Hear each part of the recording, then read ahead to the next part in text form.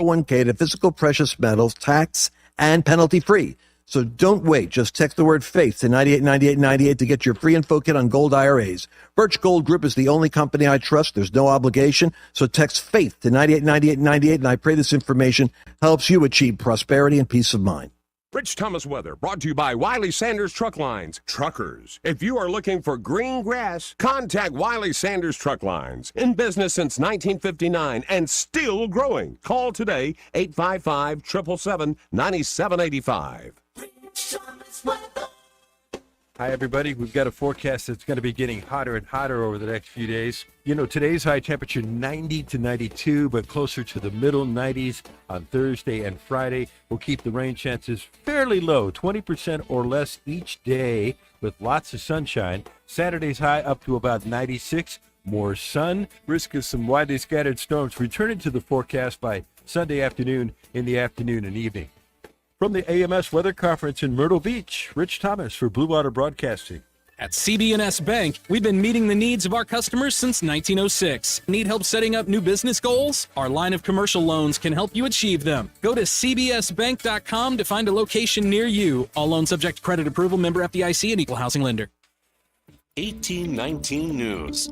Congressman Jerry Carl responds to the latest news regarding Hunter Biden, Joe Biden, and the Biden family business with foreign entities and influence peddling. Carl responded in particular to the jury conviction of Hunter Biden in the state of Delaware for violating federal laws on the purchase of a firearm. Carl said on social media that this conviction is only the beginning of holding the Biden crime family accountable, and it only touches the surface of what has gone on in that family. Hunter Biden also has another trial to face in California for evading taxes and failing to pay the required $1.4 million. That trial will begin this September. I'll be back with more Alabama stories after this. Where I was living was not a great place to live anymore. I began to pray for a place to go, praying for all of these things that a 9-year-old would want. I wanted horses, big house with a bunch of people my age. I wanted parents. I wanted a mom and a dad. Before I even prayed it, the Lord had already answered my prayer with the Big Oak Ranch. Who would that 9-year-old be if she never came to the Big Oak Ranch? I would be trying to fight for survival instead of fighting to break a cycle. Big Oak Ranch, a Christian home for children needing a chance. A Huntsville doctor and her same-sex spouse have both pleaded guilty to healthcare and wire fraud charges. Dr. Francine Gale and Shara Davis are accused of fraudulently billing insurers for over $2.3 million, as well as illegally obtaining over $450,000 in COVID-19 relief funds. This occurred after Dr. Gale's medical license was revoked in 2020. Gale faces up to 50 years in prison and Davis up to 30. The Alabama Department of Public Health has removed 2 swimming advisories that were put in place near Mobile Bay. The water samples at Mayday Park and Mary Ann Nelson Park have been recently tested and fallen back to normal levels regarding the Enterococci bacteria. I'm Andrea Tice. For more news affecting Alabamians, go to 1819news.com. And while you're there, subscribe to the daily newsletter. Pro Paint Days are back at Lowe's. Save $40 on select 5-gallon HGTV Home by Sherwin-Williams paint, like Weather Shield, Showcase, or Ceiling Paint. Plus, save $10 on drywall PVA primer and get free same-day delivery to the job site when you order by 2 p.m. Lowe's knows paint. Lowe's knows pros. Offers valid through 6/14. Delivery by 8 p.m. Subject to driver availability. Additional terms apply. See Lowe's.com/same-day delivery for details. Paid for by Wesley Financial Group. Are you a victim of the timeshare trap and think there's no way out? I'm Chuck McDowell, founder of Wesley Financial Group, the original timeshare cancellation expert. And I'm here to tell you that there is a way out. All you need to do is give my office a call. I will send you a timeshare exit information kit absolutely free, explaining how the timeshare industry works and your options for cancellation. Call Wesley now for your free info kit. 800-761-0000. 800-761-0000. The views and opinions of the following program are solely those of the host and other contributors. These do not necessarily represent those of Liberty Acquisitions 825, Blue Water Broadcasting, its management, staff, or any advertisers.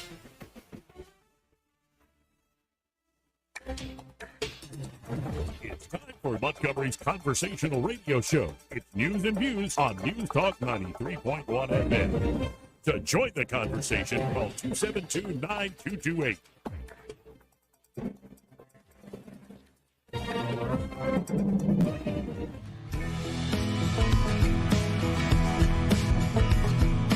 If we lose freedom here, there's no place to escape to. This is the last stand on We earth. hold these truths to be self-evident. All men and women created by you know the thing. Fat broads and horse-faced lesbians. Shut up, silly woman. Joey Clark. Welcome into the program. I'm your host, Joey Clark.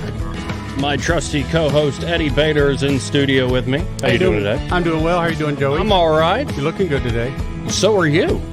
Well, thank you. Yeah, I think we're both handsome men today. Well, thank you.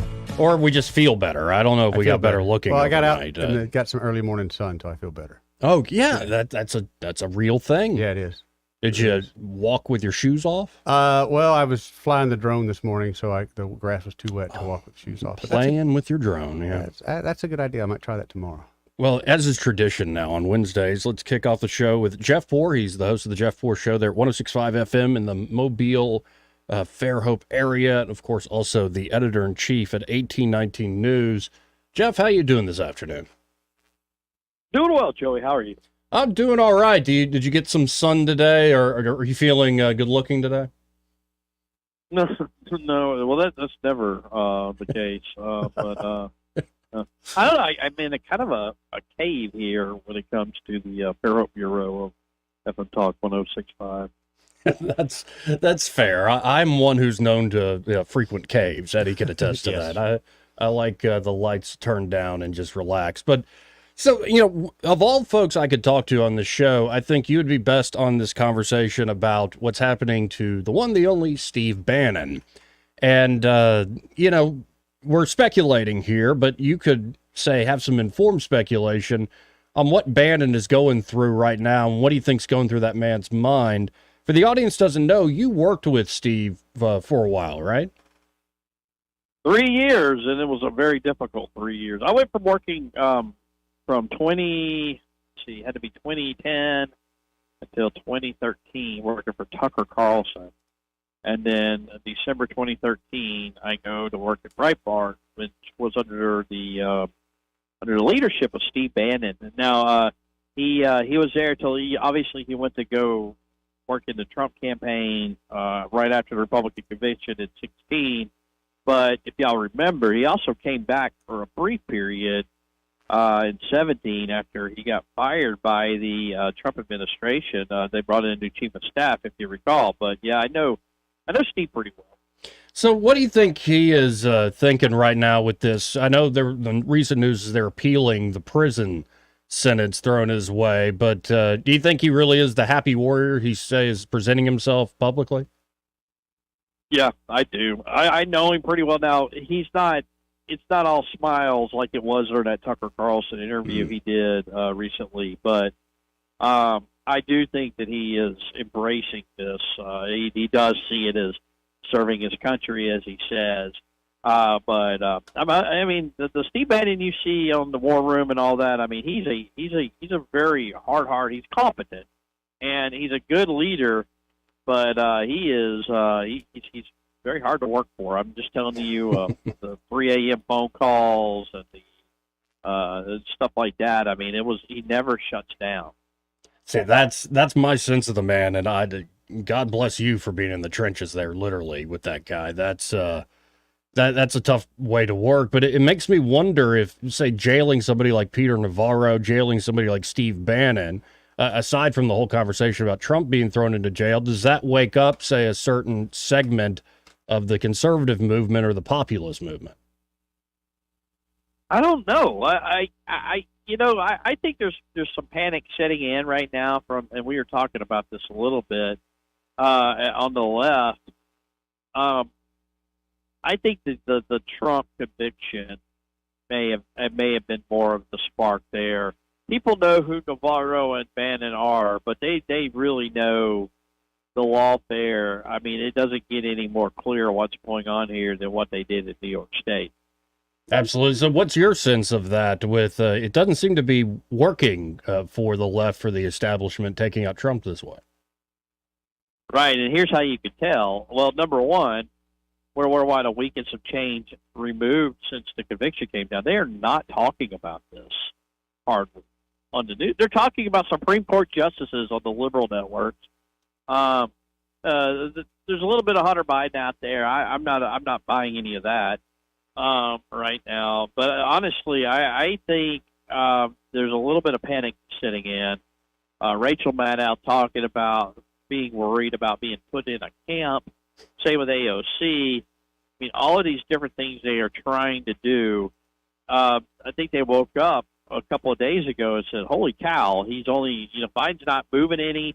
Biden is not a guy who you could say, well, he's down now, but he's the type of guy who will rally. He's got a comeback kid to him. No, he doesn't have any of that at all. There's no reason to think that Joe Biden is all of a sudden going into October going to start flexing and moving numbers. He just doesn't have that kind of energy right now at this point in his life. I think panic's really starting to sit in for the institutional left, and that's what you're seeing. Whenever you hear crazy things, whenever you start one of my favorites is how to deal with election anxiety, and you'll see it on your local TV news website, or they'll do a segment about it at 5 or 10, and it's a canned segment. Start seeing things like that, you know where this is probably headed. Right, you got to be able to read in between the lines, folks. And, aside from that break glass in case of emergency, switching Biden out approach, how do you think in general, especially seeing these protests in the streets, in particular over Gaza, the Democratic convention is going to go this year? We've seen this play before now. Some of this goes on before our lifetime, but the chronic malcontents will be there. I think they'll keep them under control to the best of their abilities. Or if it does get out of hand, Joey, you won't be seeing it on your mainstream media outlets likely. Sure. That's just where I see it. But I think there'll be a little bit of that. But this has been the game plan for the Democrats. It's been a head scratcher to me for this entire run here. They got problems. They're not unified. Obviously, that's pretty clear that the Democratic Party in America right now is not unified like they need to be in an election year. But Biden's got his problems, and they're not talking about that. And I think that's the way the coverage of any kind of dust up at the DNC would be. They're not going to talk about that. They're going to talk about what a great speech that, I don't know, whoever their hero is. We have these flash in the pan sort of Democrat Party heroes like a Sandra Fluke or somebody, and whoever that is, and what an inspirational speech that they gave, and then they will. I guess this year will be a drag queen or something, and what a great speech they gave, and then they won't focus on what's going on outside of the venue. Yeah, I think you're right. The spin is always going to be there. I think the spin is not as effective to the underlying point here, is that as much as they spin and have some pretty powerful organs within the, say, prestige media, it's not working. Either people are dull to it or people are wise to their games. But I want to shift gears here because I believe yesterday you had the chance to talk to the Alabama GOP chairman, John Wall, as this Hunter Biden conviction news was trending. And it seems that Chairman Wall pulled what I shared, for instance, Thomas Massey's take on this conviction. But share with the audience who doesn't know what I'm talking about what the chairman was throwing down about Hunter Biden's convictions. Well, he and I agree on this. It's problematic on a number of fronts. Number one, the Second Amendment. If you believe the Second Amendment to be absolute, as a lot of conservatives do, then the whole concept of a very arbitrary definition of drug addict or under the influence of drugs being a qualifier to exercise the Second Amendment doesn't seem very constitutional. It's problematic from that standpoint that if you're going to convict somebody and that's going to be the new precedent, then then they're going to come after. If they're going to go after the president's son, then they will come after everybody else that's ever smoked a joint or something like that. That's number one. But number two, I think 2 and 3 here are kind of tied to the election. They had to show that that they're willing to do something to a Democrat or the president's son to create this perception that the Justice Department operates on a even playing field, that it doesn't do things like play favorites or politics, that it's above politics, which we know they picked one thing, the one thing they could get Hunter Biden for that wasn't directly tied to Daddy. That's what they went after. I mean, go figure. That's number two. And then, like, number three, here's what I worry.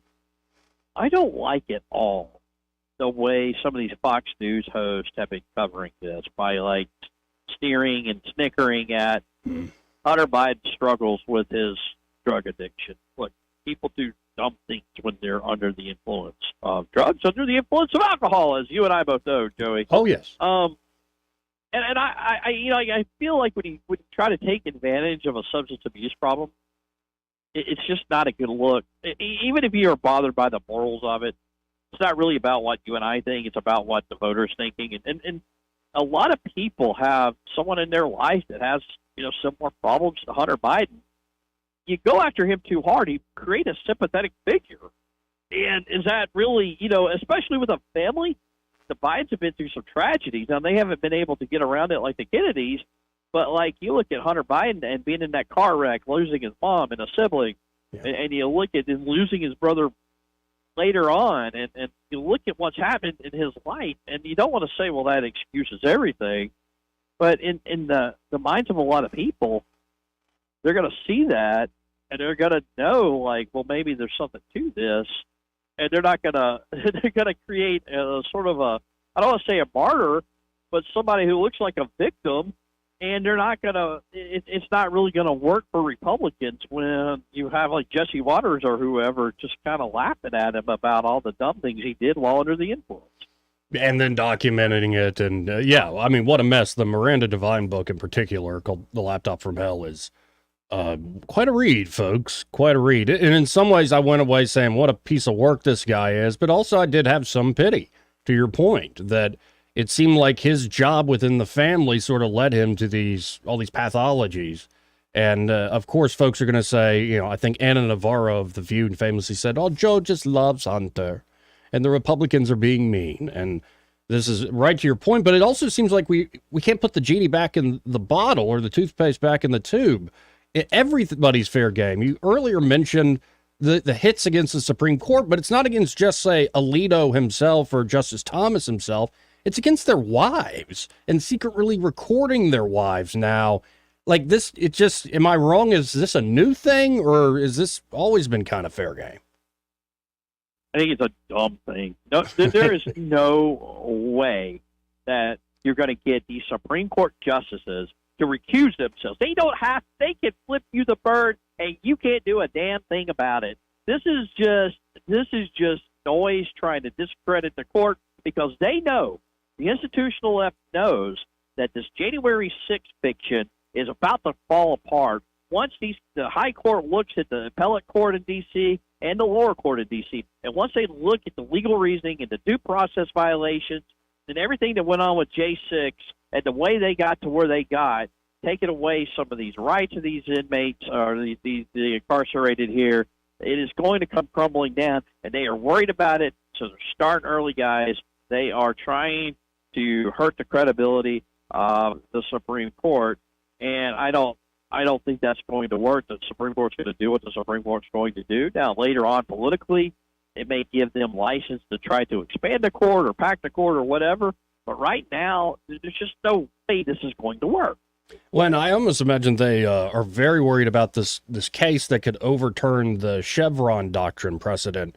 Essentially gives deference for folks out there just tuning in to the administrative state to sort of make up all sorts of rules and regulations that aren't explicitly given by the Congress in law. And it's been around for a while. If this is overturned, this could be as big as a overturning as Roe v. Wade, in my humble opinion. Doesn't it look panicky to y'all that all of a sudden, right now in the middle of a presidential election, right after the big bad orange man has been convicted on 34 counts of made-up New York charges, they're not harping on that. It's time to roll with the Alito, Clarence Thomas, Justice Roberts, gotcha, surreptitiously created gotcha audio, and that's what they're going to do. They're going to, and what do they think is going to come here? These justices are going to step aside and let Biden pick 3 new justices or something. And you see these terrible human beings in Congress, in the Senate there, Blumenthal included, who is a documented liar, the stolen valor guy, and trying to like say, hey, we need to do something here about the Supreme Court. They're just a rogue court, and they're you know, and it just reeks at this moment in time to do this of desperation. Well, amen. I think you're over the target there with that analysis. And you just reminded me, Trump, giving nicknames. Maybe one of Trump's best nicknames was Denang Dick Blumenthal, and like really calling that guy out. And so, I think we're at a point, though, where it's just going to get uglier and uglier. Like the old gentleman's rules, so to speak, have been thrown out the window, and I guess we'll see where it goes. But Joey, I think we're under the law of like diminishing returns. Like they are going to keep on keeping on, and it's going to get darker and uglier. But it's like the Trump conviction. The thing's not moving like they had hoped it would, and they're going to keep doubling down, and then that's just going to create the opposite effect. It looks like there's just no adults in the room. You have a bunch of hothead, like college level activists running this country right now. And what they want to do is it's not going their way. There you go. And to that, I say, God bless Elon Musk in particular for letting us have inroads or ways around this old corrupt system. If folks want to check out what you're writing about, thinking about, Jeff, follow your work, how can they do so? Twitter.com/Jeff_Poor. That's a good place on X, formerly known as Twitter, to find it. Well, I appreciate the time as always. We'll talk again soon, man. Appreciate it, Joey. Again, Jeff Poor, folks, host of the Jeff Poor Show there in the Mobile area, and also editor-in-chief at 1819 News. You can always go to 1819news.com. My op-eds come out on Tuesday mornings on that fine website there.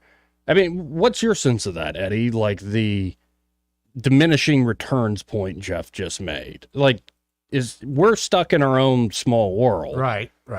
But I get the sense that the freak out, you can look at the desperation over on a lot of different factors, and some of these tactics will certainly work. I'm not saying it's going to be a wave election for Trump and Republicans. Okay. But it seems like there are more and more Americans who are just tired of this stuff. I think you're exactly right there.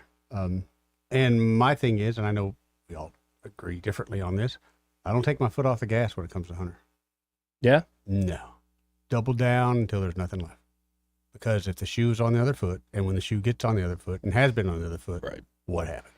I always love my my civil libertarians, my Second Amendment defenders are like, this is a stupid law in the first place, which I kind of agree with. But it's like, it's interesting. I do appreciate, like Thomas Massey, Chairman Wall, people that in the midst of the back and forth, like you're saying, it's a good point, and a lot of people are making it.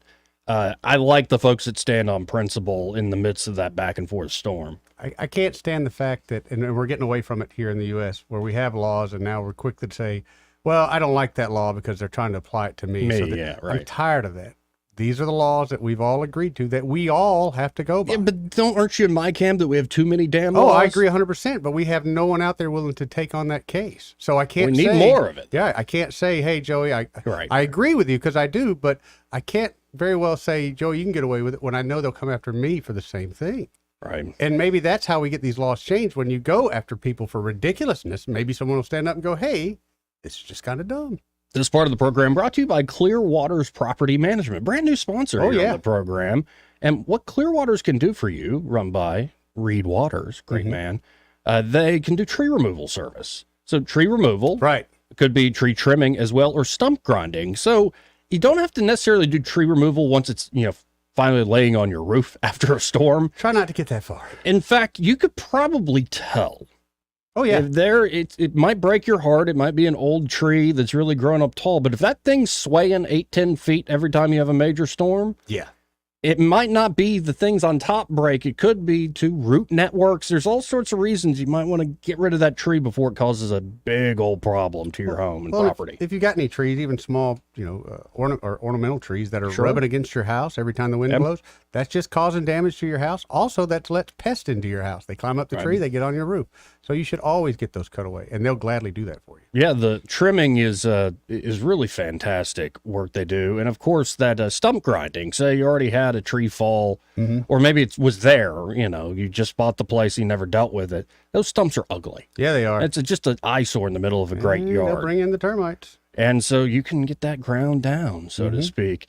Really, you need to check out Reed Waters and Clearwater's Property Management today for all the tree removal, tree trimming needs. That number 430-0376. That's 430-0376. And be sure to tell Reed and the team there at Clearwaters that Joey and Eddie, those fellas on the radio, sent you. He may not know whether he's coming or going, but whether you're going to work or coming home, Greg Budell is there. Mornings 6 till 9 and afternoons 3 till 6. Only on News Talk 93.1 FM WACV. Hi, this is Bo Goodson from the Goodson Group with an update on the real estate market in the River region. Sales of homes for the last 5 months will top 1,900 homes. Even though sales are slightly lower, the average sales price is still climbing. First-home homebuyers comprise over 34% of all sales, with no slowdown in sight for them. We now have more homes on the market in all price ranges, which gives buyers more choices than they've had in over 2 years. Some helpful suggestions for today's homebuyer would be: 1. Work with a local lender for your loan approval. 2.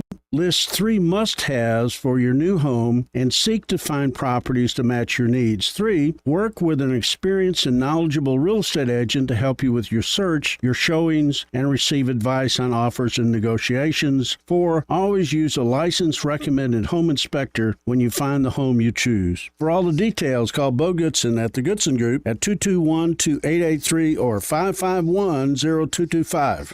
Right now, get the hottest offers on the hottest luxury vehicles. Drive into summer with 0% APR financing on new Lexus models. Or drive the new Lexus IS 300, only $369 a month. Or the 2024 ES 350, now just $499 a month. Drive with the best at Sutherland Automotive. Everybody wins. Get the lowest Lexus payments now at Lexus of Montgomery, part of the Sutherland Automotive Group. Number 5130706 RC036027. 5,000 miles per year, 36 months with $3,999 due in signing. With approved credit, expires 6/30/24, plus tax and fees. Hi there, I'm Kim Williams with Alabama Home Mortgage. For many years, my team and I have worked diligently to provide our veterans with top-notch service, as it is our honor to serve those who have served us in the armed forces. Madeline and I are certified veteran lending specialists. Nationwide, there are over 22 million veterans that qualify to purchase a home through the VA loan program. Yet less than 2 million of them currently have a VA home loan. Many lenders do not keep up with the ever-changing guidelines and benefits of the VA loan program. They are intimidated by the program, resulting in many veterans not obtaining VA loans. This is unacceptable. The VA home loan program offers service members and veterans with 100% financing. You've already paid your down payment. If you are currently serving or have honorably discharged, we would love an opportunity to discuss how the VA program can serve you. Give Alabama Home Mortgage a call at 567-4223 or visit us online at myalabamahomemortgage.com to complete an application on your time. Thank you for your service. NMLS 1586368, Equal Housing Lender. For too long, Alabama's statewide news companies have shamed us for our conservative Christian values. Alabama deserves a news company that cherishes our culture, a company that isn't bought and paid for by the powers that be. 1819 News is that company. Run by Alabamians for Alabamians, 1819 News celebrates what is good and beautiful about our state, while exposing those who work against our values in secret. Just go to 1819news.com to learn more. Subscribe to our newsletter. That's 1819news.com. On FM, on your smartphone, and online, the River Region's most trusted voice. News Talk 93.1 FM WACV.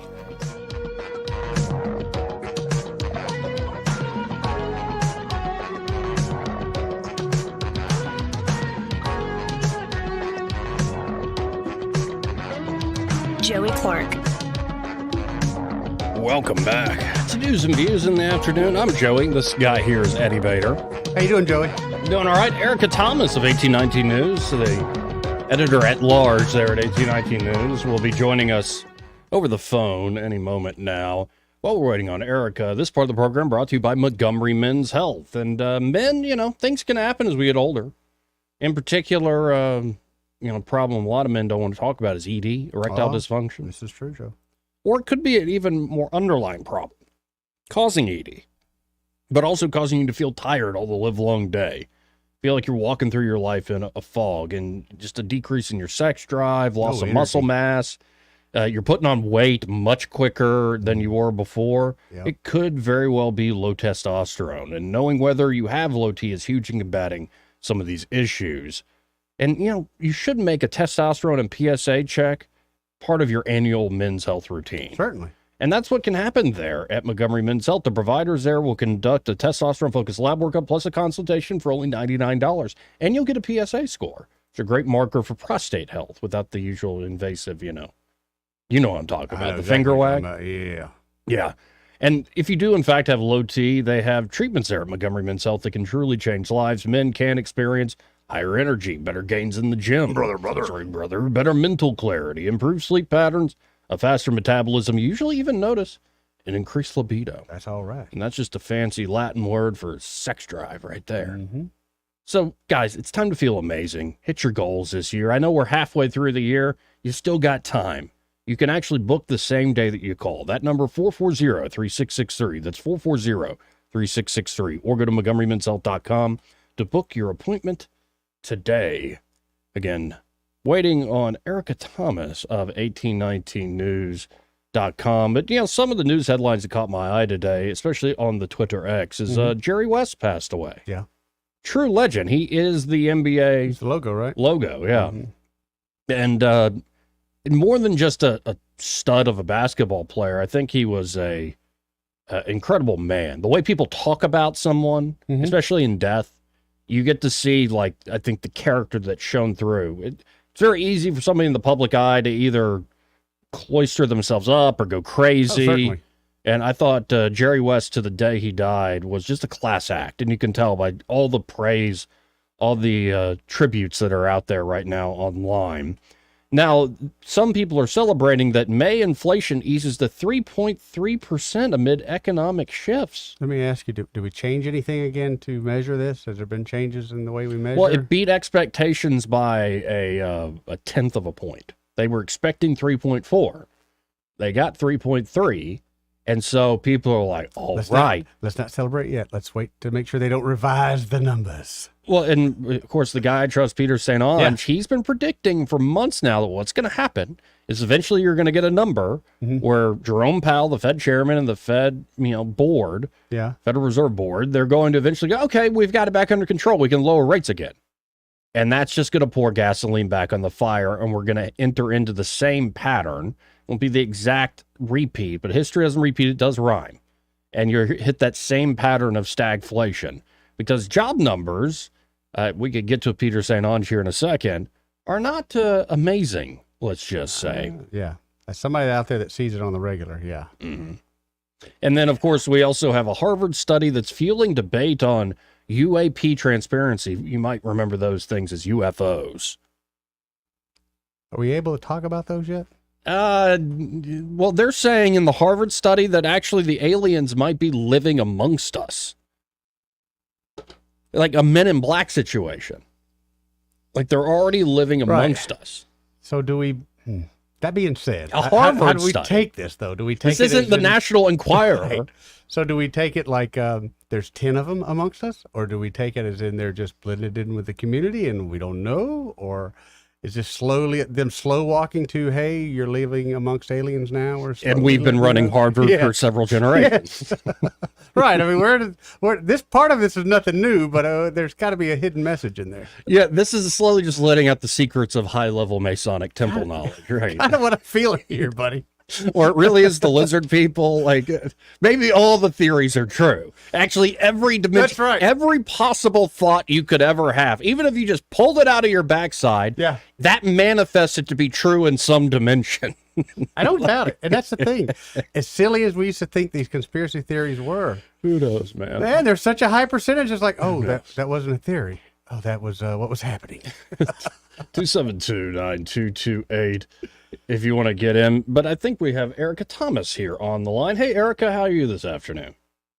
Howdy, Joey. I'm doing great. How are you? I'm doing all right. How are things in your neck of the woods? Hot and muggy as it is up here in Montgomery? I had the top off my Jeep because I had took some little girls riding around over the weekend, and I hadn't had time to put the top back on, and it's just miserable. Well, I've experienced that when I had a convertible for a little while. That the southern heat, summertime is not always great to have no top on that vehicle. No, all I'm thinking about is going and getting in the pool. But of course, I don't have time because we're really busy at 1819 News, so I've got to keeping on, with the headlines. So what really jumps off the page at you that you've been reporting on? I know it's been quite viral, this reaction to plus-sized, plus indeed, Miss Alabama. I mean, I haven't had a chance to talk to you since all that broke. What do you think of this? Yeah, to be honest with you, when I saw this story come up on WKRG, I was just kind of disappointed that they were putting this out there like they were. They were misrepresenting the title of Miss Alabama, but also you knew what was going to happen when you put this out there. And then they just continued to do it. They did 2 or 3 stories on it. They had Facebook post after Facebook post, obviously exploiting this young woman. She's 23 years old, so she's not a kid, but she is, obviously obese, and people started to point that out as soon as it was posted online. But I think too, she said she was cyberbullied. I didn't really see any of that. I just saw people pointing out the obvious. But my whole wrap up of this whole thing is this young woman right now has a platform like no other. She has an opportunity to inspire young women through her own actions. She can get online and say, hey, you know what? This has hurt my feelings. I'm going to, rise above what's happened here. I'm going to make a change in my life. I'm going to be healthy, and I want you to do it with me. She can literally save lives by being an inspiration. She is a beautiful woman. She has an opportunity here, and I just hope she can embrace it and not dwell on negative comments, because I'm sure that's something she's used to. When I was younger, I was bullied in school. People mooed at me when I went in the lunchroom to get my food. I know how it feels, and I wasn't fat. I was just I don't really know why they did that. But it made me not want to eat. When I was 16 years old, I weighed like 98 pounds because I was embarrassed to eat in front of anybody. And so that's no more healthy than being overweight. But either way, our culture needs to realize the reality here is that being morbidly obese, it's morbidly for a reason. It's deadly. Right. And we need to stop celebrating big and beautiful and just get real and say you can be beautiful and overweight, but it's not beautiful to be overweight. It's dangerous. Well, and I hope she doesn't go the route of becoming what do they call it, a fat activist. And I'm not making it up. I'm not making a joke. Yeah. Well, I mean, that's a real thing. And in the first story that I did on this, explaining that this isn't the real Miss Alabama, because all of these national headlines, jumped to conclusions thinking this was the real Miss Alabama, and it's just not. And I have that explained in the story at 1819news.com. But as soon as, I put the video in there of all the TikTokers that have died. There's a bunch of people, like I said, this cultural thing is happening where, because people don't want to hurt other people's feelings, and they want everyone to be accepted no matter what, which just isn't realistic, they celebrate the fat. They celebrate fat people. They celebrate being fat. They post videos of themselves eating cake. Like, it's really gross, actually, and it's not normal. And so we have to stop normalizing that stuff, because a lot of these TikTokers have lost their lives at a very young age. And that video is in the story. Did you hear already? Stop normalizing it. I'm losing weight, man. You are? Yeah. Actually, you are looking handsome today. You're looking good. We gave him the nickname Two Pies, but now you're kind of lost it. I think that's what I finally needed to hear. Yeah.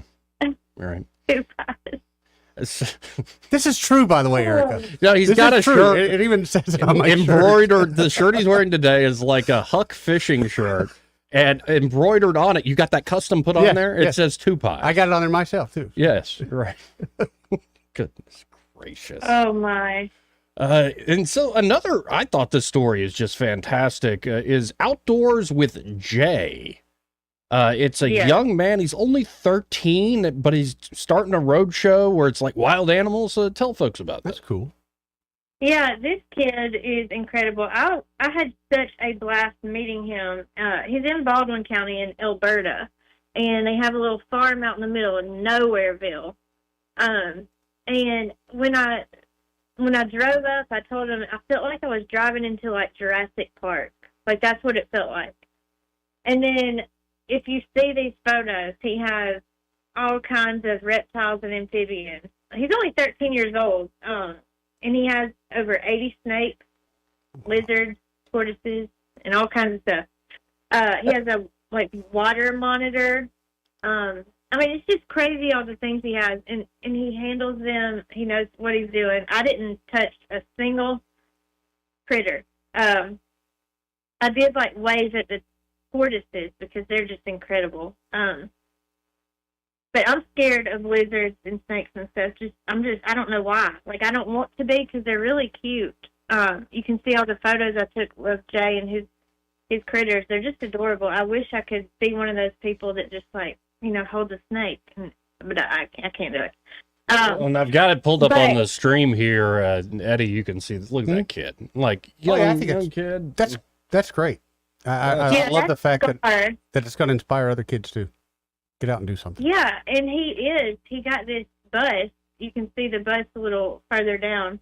It's called the Reptile Bus, and he takes it around. It's a business, like a legitimate business that he's doing. And you can pay $5 to get on the bus and $5 more to hold an animal. Yeah. How did he come? He's only 13. How did he get this good at this? Number one, this young. Where did this passion come from? Well, actually, he came up with this when he was 9 years old. He said, "I want to do this bus idea," and it was during COVID. He was probably a little bored. He's homeschooled, but his dad was like, "I'm not buying you a bus," and so he was like, "But I really want one, Dad. Buy me a bus," And he said, "You'll have to find investors if you want to do that kind of thing." So, at 9 years old, little Jay Lightsey wrote up a business proposal and sent it out to some people, and he got investors and was able to purchase the bus. Man, what a cute kid. And that's amazing. That young, knowing what you want to do and just executing the plan. Yeah. That's awesome. You really should hear him talk. I wish it would have been a video story because he's just very, very knowledgeable about these animals. And he's even had people donate them. A lot of them are animals like an iguana that the kid moved off to college and the parents were like, no, He's had those kind. Yep. He's had those kind given to him. And his neighbors down the street will call if he has if they have a strange snake that they need to get rid of, he'll come get it. And his dad, he does get help from his dad when he goes and gets venomous snakes, but he's just a very bright kid, and it's so refreshing to see someone in the next generation that's going to, have half a brain. And I feel like he's just an example of hope for all of us. Mm-hmm. And so I love this story. It's on 1819 News as well. And you can see, if you go on there, you can see where he will be every Tuesday until the end of summer. All right. And cool. Then another story, and this, you actually had Donald Trump at a rally talking about, what about all these shark attacks going on? And a recent one in Walton County, I guess in Florida, it turned out two of the people injured were Mountain Brook teens. Yes, they were on a girls' trip together. This is close to Rosemary Beach for people who are familiar with the area. And they were in that area. And two of them were one of the several that have been attacked over the past week, or maybe 2 weeks now. But Lulu Gribben, her mom, went online and explained exactly what happened, like the moment that she realized her daughter had been attacked by a shark. And she had very serious injuries. I mean, these were life-threatening injuries. She lost her leg and a hand.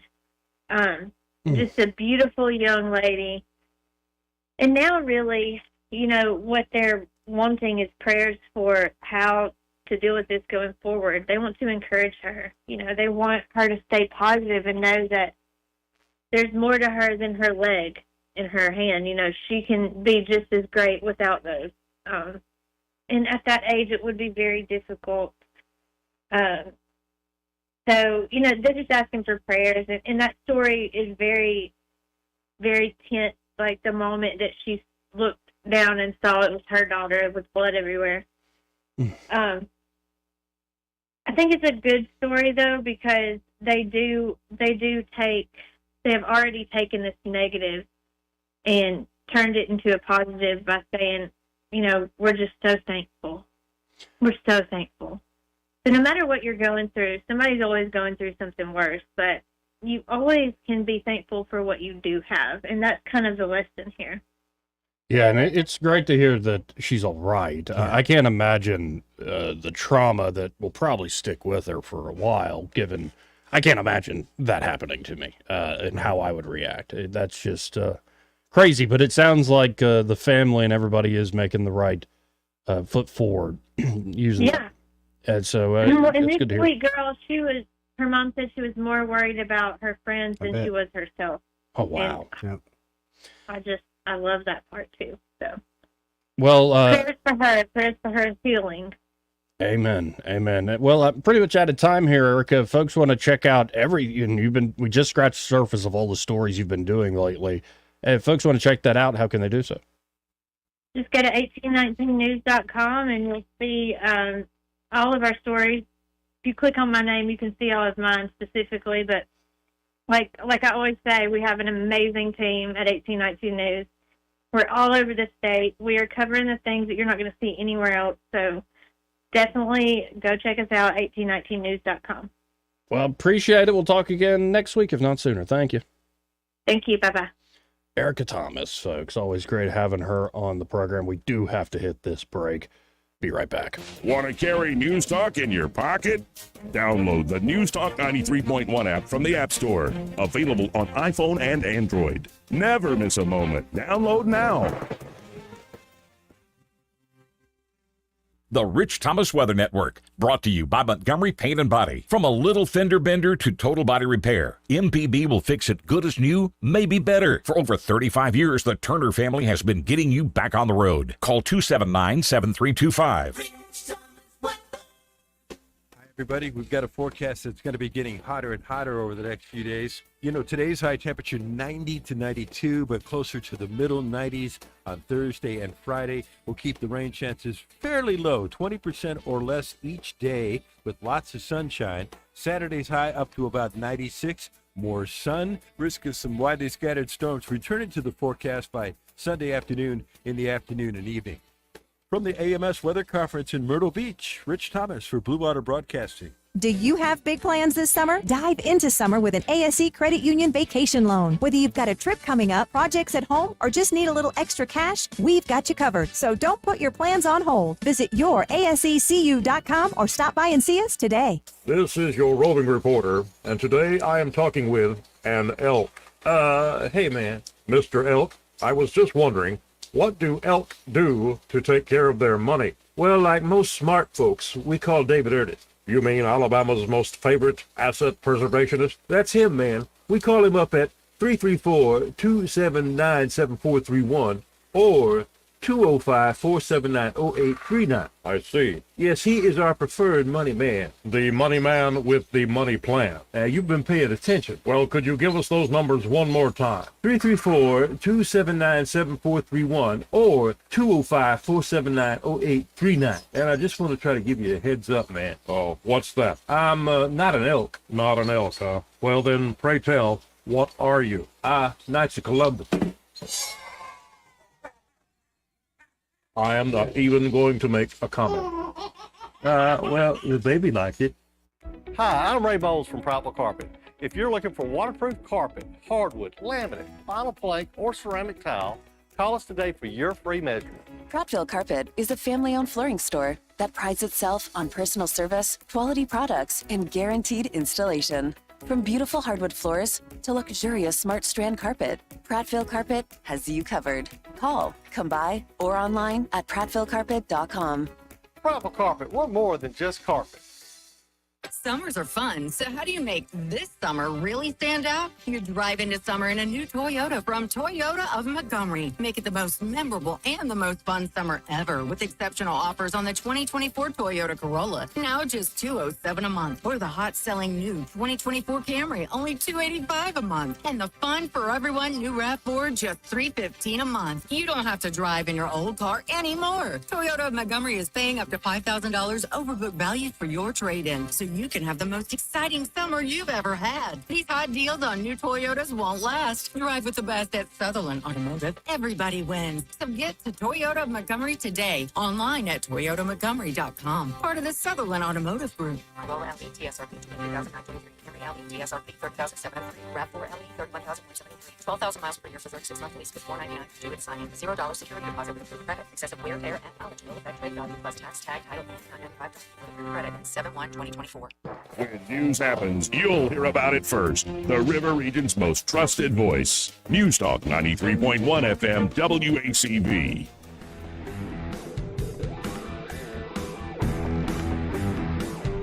Joey Clark.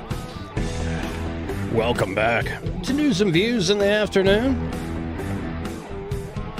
This part of the program brought to you by Pest Pro Services. And Pest Pro Services, Ashley and her team are ready to help you with all of your potential pest control needs. And it could be you have a particular job you want them to do, like, say, mosquito treatment for the yard. Good idea. Which is a fantastic idea. Don't all these home products that you go and get, like the sprays and the candle, it's like, no. You know, get it's really the nice? pros out there. I just walk out and I don't have to do anything because they've already came and sprayed. Right. Yeah, and you don't have to put like extra layers of clothing on. Nothing. Like, yeah. I just go outside and enjoy it. Oh, it always happened to me. Like if I, like what I'm wearing today, like t-shirt, and maybe if I threw like long sleeves, not buttoned up, like on top of this, but I'm wearing sandals with these jeans, I would be, the mosquitoes would bite my feet. Oh yeah, or they'll go around like your ankles. wherever they can find it, they're going to go. So just get rid of them. Yeah. Pest Pro can do the job. And of course they can help you with termite treatment or prevention in the first place. Of course, they're also ready to help you with everyday pest control needs. Oh yeah. So if you're looking for a local trusted company that's been growing leaps and bounds because of how good they are over the last few years, you need to call up Pest Pro Services today. 265-9990 is their number. That's 265-9990. Or you can always go to ppsriverregion.com or just search Pest Pro Services on the Book of Faces. When you want to know, call a pro, Pest Pro Services, and be sure to tell Ashley and that great team that Joey and Eddie, those fools on the radio, sent you. So did you see the rearrest of a person that was already arrested? I think so.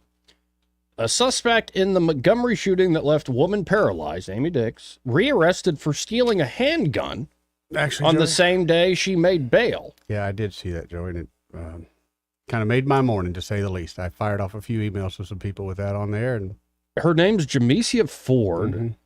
She's only 19. Dadgum, man.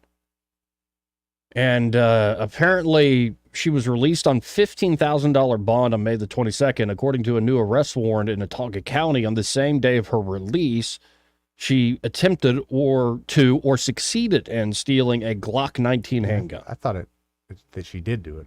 I didn't think it was an attempt, but yeah. Okay, so. And now she's going to be held without bail until a hearing involving her bond for the April shooting is actually heard. So without screaming. And she has a $10,000 bond now for this particular violation. It's infuriating. Who do we hold accountable? Well, the cops went and got the people, they arrested them. Who raided the police? They did what they were supposed to do.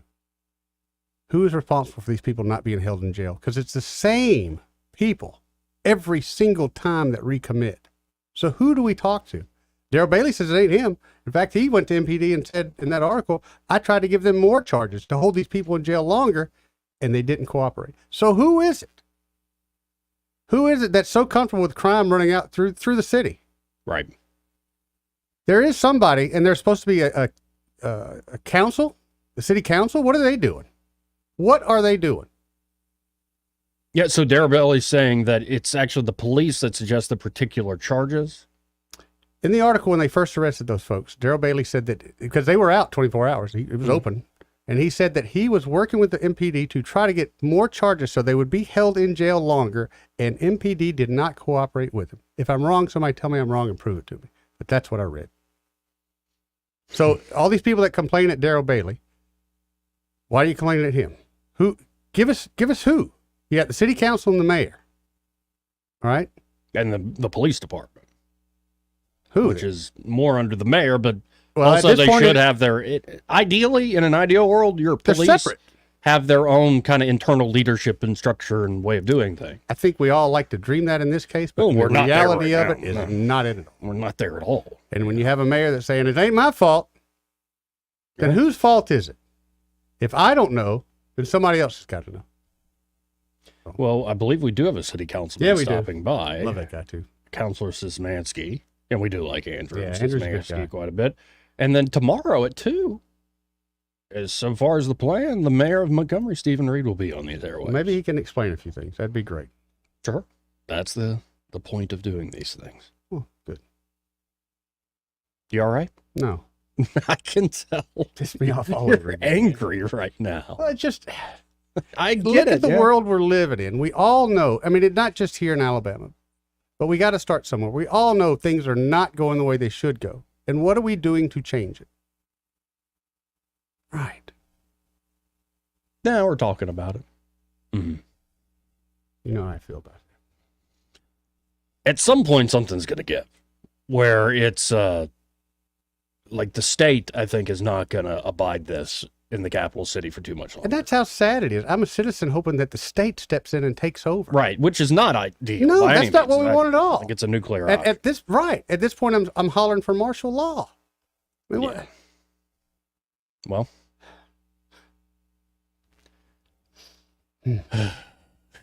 32 homicides so far this year. That's the official number, at least. Right. 32. And that it last is one was the issue right now. In the last city. one was a 12-year-old. Yes. 12. How, and again, I'll ask that question. How does a 12-year-old get shot at 2:30 in the morning?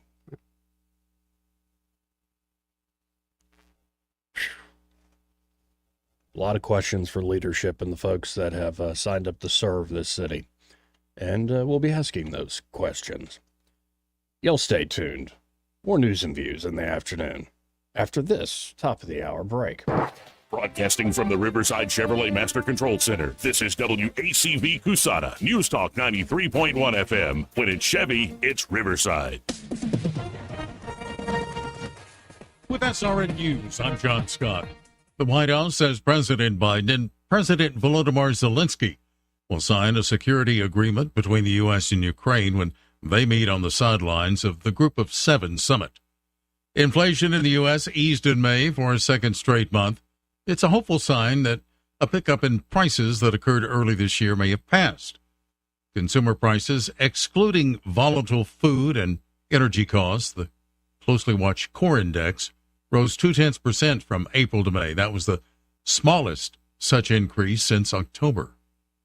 Authorities anticipate commercial shipping traffic through the Port of Baltimore will soon return to normal levels after its main channel fully reopened earlier this week. The Dow had 50 points, the NASDAQ up 321. This is SRN News. Are you a business owner? Did you know that there are over 33 million small businesses in America? Small businesses are the engines that power our country. So why is it so hard for them to acquire business funding for things like expansion and cash flow? Bank loans are becoming harder to attain as large corporations grab all the capital. Who's looking out for you and your business? Meet Swish Funding, the business funding platform offering quick and easy funding options exclusively for small businesses. Whether it's funds for cash flow, expansion, or equipment, Swish Funding has your back. And whether it's $25,000 or even $2 million, our process takes just minutes, with cash in your account in less than 24 hours. To qualify, you must be in business for at least 1 year, with an average monthly revenue of at least $25,000. Swish Funding, helping keep America's small businesses running. Apply for the funding your business needs at swishradio.com. That's SWISH radio.com. Weather is brought to you by the Johnny Adams Law Firm. I'm Johnny Adams with the Johnny Adams Law Firm, Alabama's personal injury law firm. Wishing you a fabulous day and a blessed evening. Stay weather alert.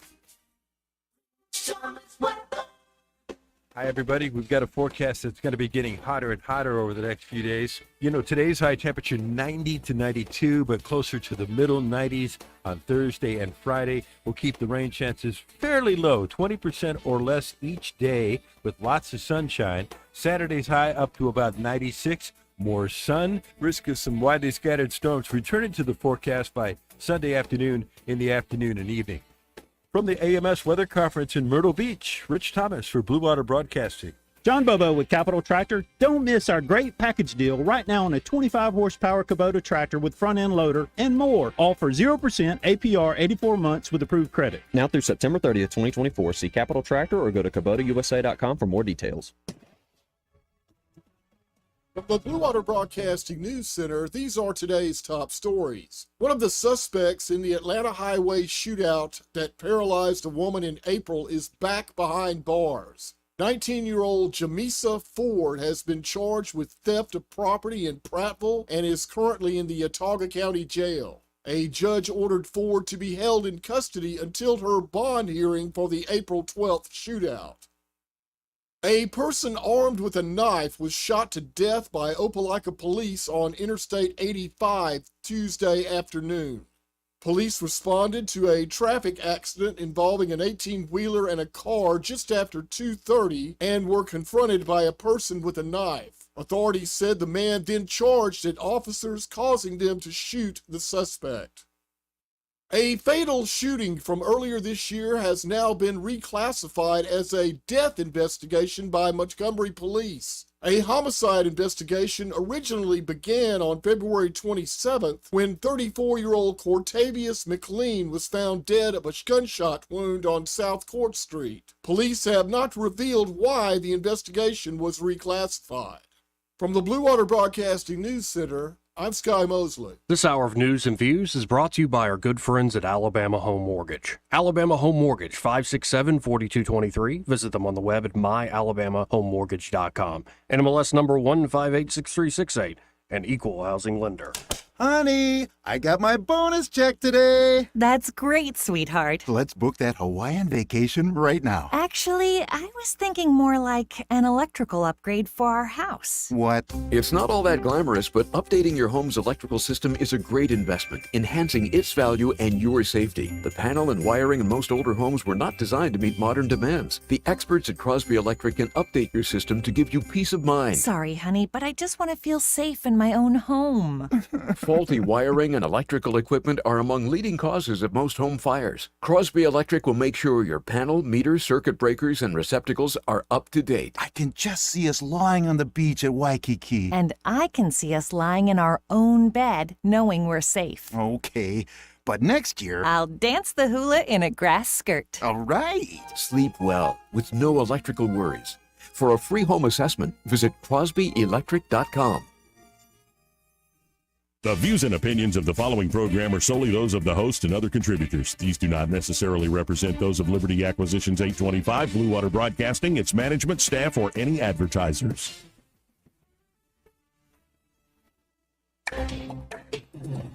It's time for Montgomery's conversational radio show. It's news and views on News Talk 93.1 FM. To join the conversation, call 272-9228.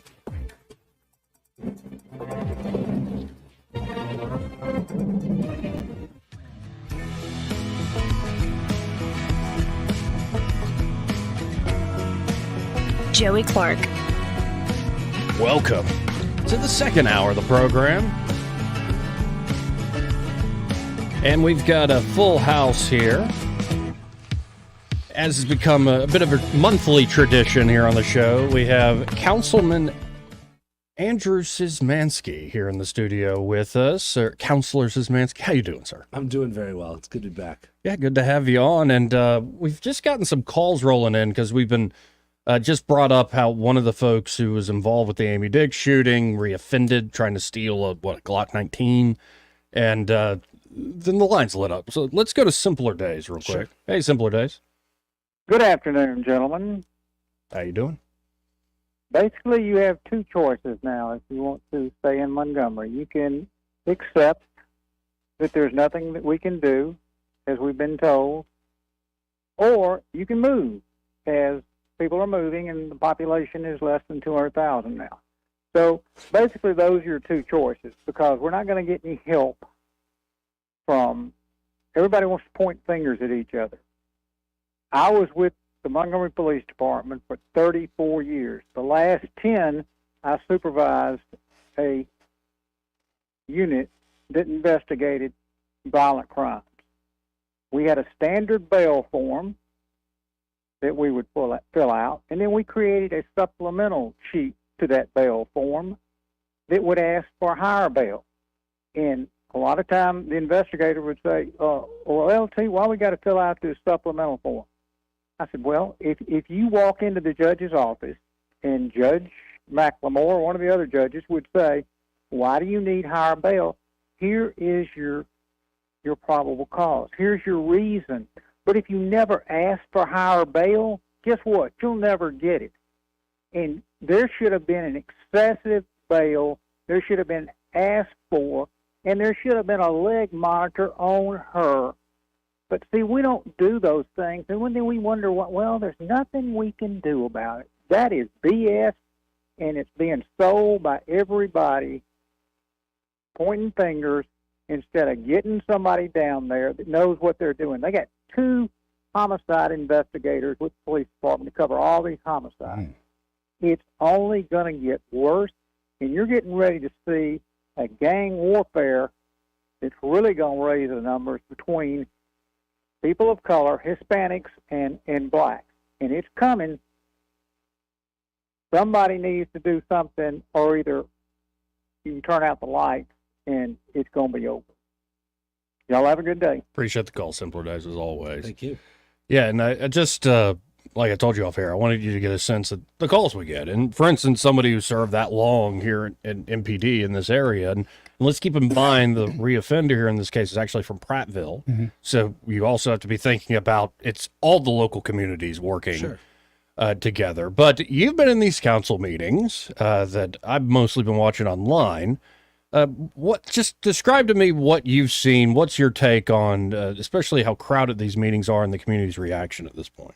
Yeah, well, as I said, to people, I think even on here, I've said before, I think it's important for us to have the community be involved on any host of topics. And obviously right now, the hot button issue, and it's an important issue, our most important issue, is public safety. And so I think it's good. It shows community engagement. It shows that the community wants to see us work with the city, work with our other municipal partners at the county, at the state, to help figure out how we can get a grip on this crime problem that we're having.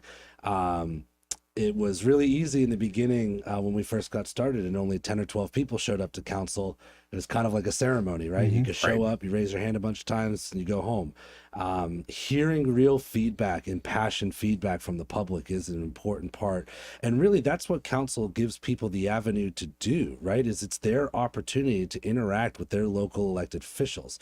That being said, I mean, I was talking to WAKA the other day, and I've said to y'all before, our number one priority from a public safety standpoint has to be making sure that we get a police chief hired that can do the job, is officers ready to do the job and ready to lead. I hear that not only from citizens who already are well aware of this, and I'm hearing that from our police officers as well. We want to have good, strong leadership guiding our police force as we move forward. We've done a lot over the years, and I've talked to past counselors and people that have been around on multiple councils, providing the resources that we need to have. We have new vehicles that are coming online after the massive amount of backlog that was caused by COVID. We have Tahoes, a fleet of motorcycles that are in town now, ready to be deployed, other vehicles out there. And so I think that now the next thing is to get strong leadership in and to really hone in on our retention and our recruitment. It kind of went unnoticed at the last meeting a little bit because we brought the resolution from the floor, but we did pass the compensation package increase for MPD to help make us more competitive so that we stop losing officers to other job opportunities in other municipalities. We passed a 15% raise package for all ranks, lieutenant on down, and for the higher pay grades above lieutenant, they got a 5% increase. And on top of that, we were able to use money from our windfall from this past year from personnel deficits that we have across multiple departments to also give a 5% increase to all other city personnel, because we know that you not just police, but you have to have an active Parks and Rec department, make sure retaining people at sanitation and in revenue, in all of the different areas across the city. And so that was a big move. It's something that we've been talking about since we started having those committee meetings about compensation back in February, and we got that done at the last meeting. And I think that without the kind of the continued pressure and accountability, that might still be sitting out there. So anybody, we are up there, we are well aware, we are hearing from people, we want to keep hearing people.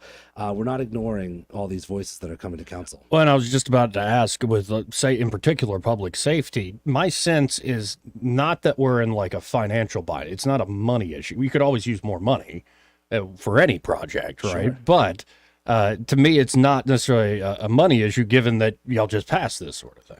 Yeah, well, I mean, it is and it isn't. I mean, we had to, obviously, we're using budgeting as a way to look at where our lack of, kind of investment into personnel was, and then using that money, changing our number structure to be able to do it.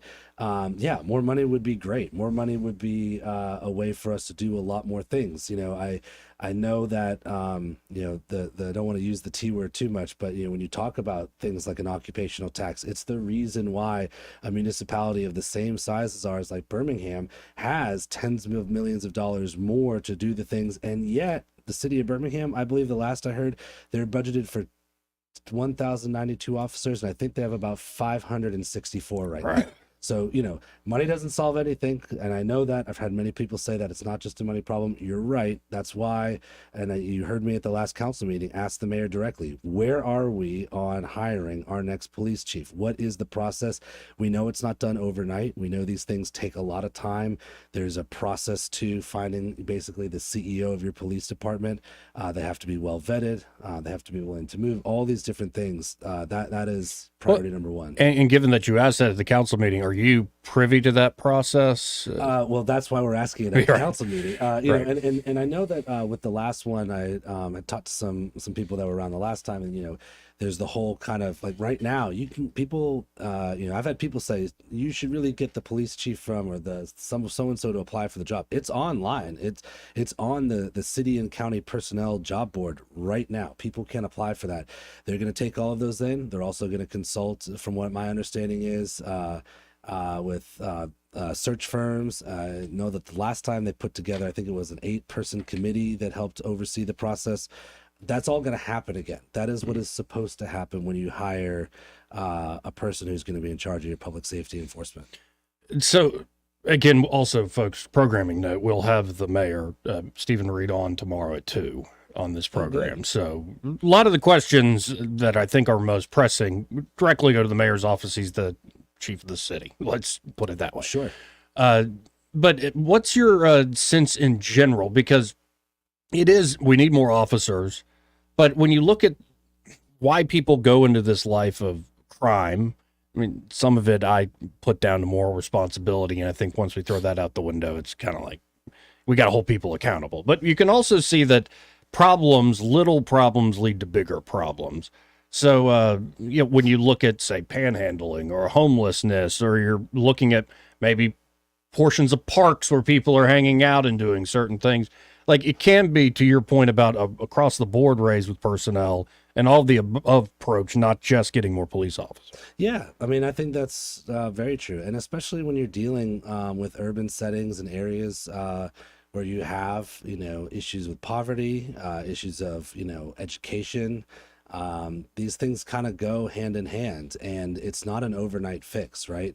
It's not something where you just say, well, if we just had 500 officers on the streets, none of this would have ever happened. I just don't think that's true. It's a great way to deter and a part of a long-term strategy to build a city that is productive and is combating these issues. And as much as people want to talk just about it as being a municipal thing, we also have to have the institutions available and kind of the community partners that help address these. Like right now, when you look at cities like Philadelphia and like Baltimore and like Atlanta and like Charlotte, having strong nonprofit partners and community partners, there are billions of dollars of federal aid that are helping municipalities combat that. One of the things that they usually need to have is a non-governmental agency to deploy those kinds of programs and be the stewards of those dollars. And when we don't have that in the same way that some other places do. And so I think that's something that is adjacent to the problem. And to your point, not just going to be the overnight fix to public safety. But there's a lot of areas I think we can strengthen to make this problem better. Now, there's been a lot of talk behind the scenes, but also publicly, about the state taking over and creating a task force if things don't get better. Just what's your reaction to that sort of conversation going on? Yeah, I mean, I saw the article, and I've not spoken to any of our legislators directly about this topic, but read the comments from Mr. Ingram. And so, to be honest with you, I really don't know what that would look like or how that actually works when it comes to this idea of a takeover. I've had many people email, text, call me and say, Memphis, Tennessee, the state's gone in and taken over. And I was just checking the other day before a conversation I had with somebody that, it didn't mean that crime just went away. It's just a mechanism that can be pulled.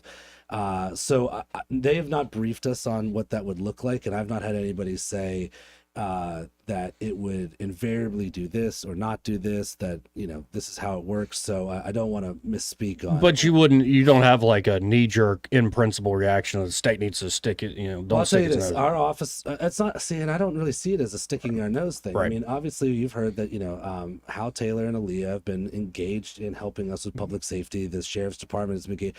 That's good, right? We have our partners helping us combat this issue here. So, I guess when I've been asked about it, I think what people are wanting me to say is that MPD is incapable, so we have to have the state do this.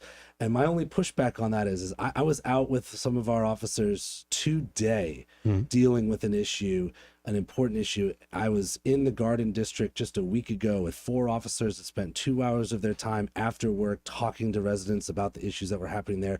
So I don't want to denigrate the work that our police department's doing, which I think is kind of the undertone of what people are asking when they ask me that. Am I opposed to the idea that we need to have all of the players that are involved in our municipality and our state helping us when we need help? No, I'm not opposed to that. But, I just want to make sure that the context of my comments are. Oh yeah, and it's understood. going to be the devil in the details too of that legislation. Yeah, I don't know if it's so much that it's incapable of it. It's just that they're at less than 50%. I think most people know that. So I don't think anybody's thinking the Montgomery Police Department is incapable. They just don't have the manpower. Sure, and that is. And I mean, kind somebody of just said we only got 2 investigators for all the homicides we got going on. Well, and so the question really is, and in the devil in the details is what is this really providing, to the city and the state? Does it mean that, we're getting more involvement from ABI and we're getting more involvement from, whatever the state's version of ATF are? Does it mean that on the investigative side? Does it mean that it's just manpower on streets and doing patrol and doing traffic stops? I mean, that is the area that I know almost nothing about, so don't want to comment outside of my knowledge. No, and that makes sense. That absolutely makes sense. And it does seem 32 homicides this year, that a lot are solved in the sense that people who did the crime are arrested. Yeah. But now we get to a point, though, where I guess the bail conversation's a little beyond your purview in terms of your legal authority as a council, but it's still, it affects all of us. Right. Sure. And same thing with backlogs in the backlog in the court, the issues that we have with spacing in our jails. You're right. I don't get to have much say on how the bail process works. I have heard a lot of people talking about that, and I think now part of this movement of people being involved in the conversation means that they're not just asking me; they're asking other people in the positions that have direct influence over that, and I think that's a good thing too. I am happy to field every question or take every call I have and listen to somebody's input on that. I also have to remind people sometimes that I don't manage the jail, and we don't get to. I don't sit in on courtrooms and help with the decision-making process for how bails are handled and set, but we deal with the ramifications when it doesn't go right. And I think most that's people, one of the important things to point out. People think you have the input. Maybe you don't see that you have the input, but I don't have the input, so I'm calling my representative. He obviously has the input, and they probably don't realize. What do you mean you're not part of that? You're my representative. You should be part of everything that goes on in the city. Yeah, you just can't be everywhere at one time. I get that. And passing the information on and learning, right? That's important too, and knowing where to direct that is part of this process too. So it had to be a learning curve for you from the get go. Yeah, and it's been. Not to say that it's been a steep one, but that's okay. And that's what we signed up to do. Again, folks, we're talking to Councilor Andrew Szymanski, newly elected. He picked a heck of a time to join the council. Come on in the fire, buddy. Okay, but think about this, though. My predecessor, Clay McInnes, is a good friend of mine and helped me get me to this place now. He was sworn in November of 2019.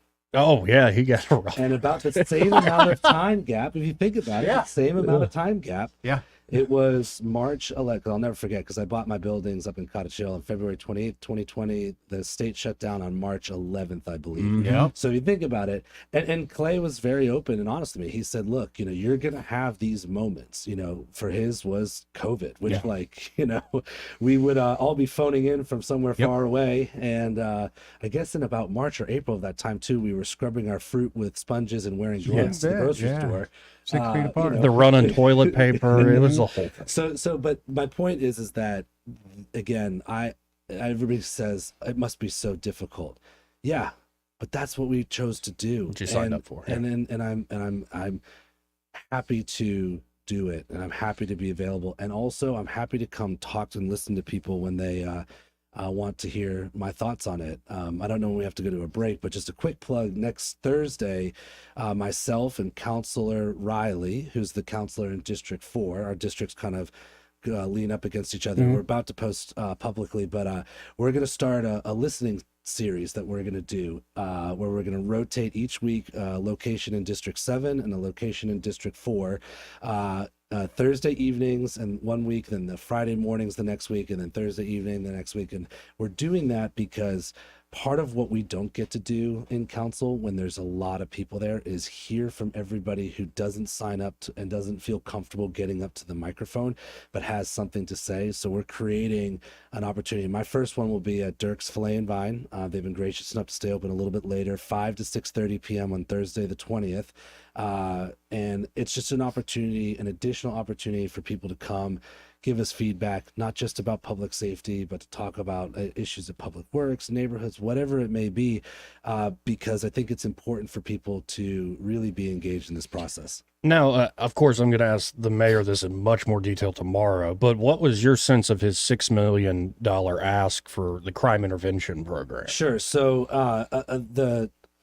I won't steal all of the thunder from tomorrow's discussion because I'm sure they're going to get into it, but I'm learning. There's a program called Live Free. Okay, so what the city did essentially, to my understanding, is that we looked at, and this is my point about local partners. We did not have a local partner that was really able to step in and help with the level of violence intervention, crisis intervention we need to do here in the city of Montgomery. Live Free has been successfully deployed at my limited research in places like Detroit and in Baltimore. other major municipalities. I think Baltimore is kind of their crown jewel example of where this has worked really well. This is about really getting down and dirty and in the streets and working with individuals who have direct connection to the people that are choosing to live a life of crime or are choosing to use violence as a way to retaliate against things that have been done against them.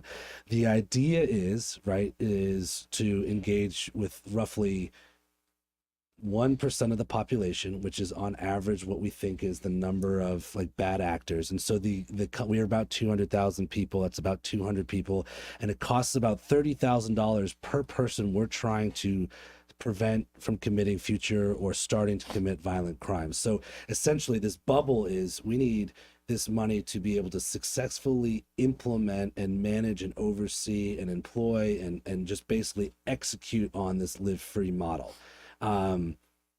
That's where the cost essentially comes from. And I understand that really to start right now, we just had a grant that was closed at the end of May, $3.5 million ish. You may get clarity on that tomorrow. That was supposed to start launching the program. And then, obviously a level of funding would help sustain it after, kind of the budget year of next year. As I said, it's been a successful model in other places. We had to reach out because we just didn't have that organization at home that could really do that work. And really what it is, it's supposed to run adjacent to the work that police officers are doing. I mean, you're talking about working with people, former gangbangers, current gangbangers, like people that are on the streets interacting with these folks, people getting back into the schools. So it seems like it's a promising model. Well, but as you said, I'll be honest. Everyone that's talked to me about that has no support for it whatsoever. About How many the model program, or the cost? The cost and the program itself. Okay. They are into reducing mass incarceration. So as I see it and other people see it, it's a huge social justice system. I'm not a fan of social justice, especially in the situation we're in now. Okay. How many cops can we get? How many cops can we properly equip for $6 million? And plus, do we have that money anyway?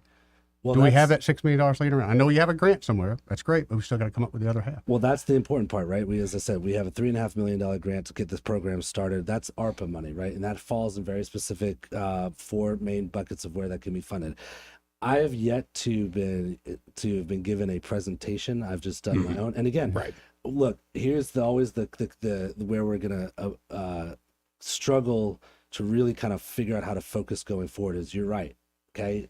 Should we do this instead of making sure we have a fully funded and staffed police force? I don't believe so. The question really is that, like we talk about with other things, economic development, can we do 2 things at the same time? If we can find the resources, right, should we look at a program that we think may work in our community? I think at the very least, it's deserving of an honest look at it. I'm not saying that that's an endorsement for it. So, and again, we didn't know anything about that before the council meeting. Right. So Well, and this is why I want to underline the point that this is all based on your own looking into it. Sure. So I'm definitely going to get into the details with the mayor. Please. And I mean, I have to admit, when I first heard like it's succeeded in other cities, and you mentioned Chicago and Baltimore and Oakland and Detroit, it doesn't, maybe we're just going off national memes. It doesn't inspire confidence. But I would want to know, what does that success look like? What do we actually mean by that? But again, this was presented by the mayor, and we'll be asking him direct about it. Good. I think you should. I mean, and I would just say this is that, like, we know, the national memes and all that, but they're even in a place like Chicago, right? Chicago is still a city that has large pockets of economically thriving areas. It's still a major commercial city. It is still growing in a lot of ways. And so, look, I don't think anybody can sit up here and say definitively that there is one thing that can be done to make crime go away in its totality, right? You just made the point earlier. We know about 86%, 84% of gun violence is in between two people that know each other, right? It's just when we're caught in the crosshairs as citizens, that's really what we're concerned about, right? I don't believe anybody's out there trying to shoot me today, but if I'm at Publix and a shooter walks in, that's when I'm going to have the problem, right? And so the question is can we make sure we have the presence that we need on the street to make sure that our police has the resources, that we're collaboratively working with other law enforcement agencies to do that side of it first, and then if we have the ability to do a program that may reduce the amount of gun violence that just happens, even by a little bit, it's at least worth looking into, because a reduction in violence means that there's less instances where I may get caught in between two people trying to shoot each other. But I think just the citizenship here, they're looking for drastic action today. They're not looking for a pillow fight. Sure. And it seems like everybody's had enough. We're tired of the murders that's going on in the city. We're tired of the crime that's going on in the city. Got the mayor's attention, and his thing is, let's bring some social justice to it. We're beyond that. The house is on fire. There's no reason to try to paint the front porch right now. Well, let's again, put the fire out. I think yeah, of course. We want an overnight fix. I don't have one. I don't even think we're looking for an overnight fix, but I don't think bringing in a social justice group is going to do anything to put the fire out, except enrage that fire more. Well, I don't. I guess my point is that, as I said, I want to make sure that we have officers and resources for public safety. Yes. Finding other ways. We know that it's just a thing that we're seeing is that other cities take multifaceted approaches to this problem. So at the very least, it's worth learning about and making sure we understand. I don't even really understand how something like this gets, like, if I was told that we had a surplus $6 million and enough police on the street, and then somebody says, look, then I'm looking at it. Well, but that's what I'm saying is that if we're in that spot, is this something that helps? I'd love to hear what they think their metrics are, for sure. Oh yeah, and again, folks, to be clear, I was more taking your temperature. Are you got your arms folded? No, or are you more open to discussion? Like, I think we got a sense of that. Yeah, I mean, these things aren't easy, right? And you know, and I think that it's good that you're gonna, you know, as I said, we got the plan on the floor, and I just got told $6 million. It didn't even really reference in detail. All of your city councilors should be scrambling right now to figure out what that really is for, so that when we say yes about any issue, yes or no, that the citizens know that at least we've done our due diligence and research. Here. We got to hit a quick break. First, this part of the program brought to you, folks, by All Pro Heating, Air, and Electrical. And they're at All Pro Heating, Air, and Electrical. Well, they're ready to help you with any of those HVAC needs, especially if you hadn't had any maintenance done. I know summer technically begins a little later, but it's already hot in the morning. Too hot. And if that machine now is running and it hasn't gotten any maintenance, you haven't even checked into it, you might run into a big issue down the road. Get ahead of it with All Pro Heating, Air, and Electrical. Of course, they can also help you with all these storms that are bound to roll through here in this season with Generac generators, setting that up to where if there are any outages, that you're all good, that you're ready to go. Of course, they offer financing with approved credit.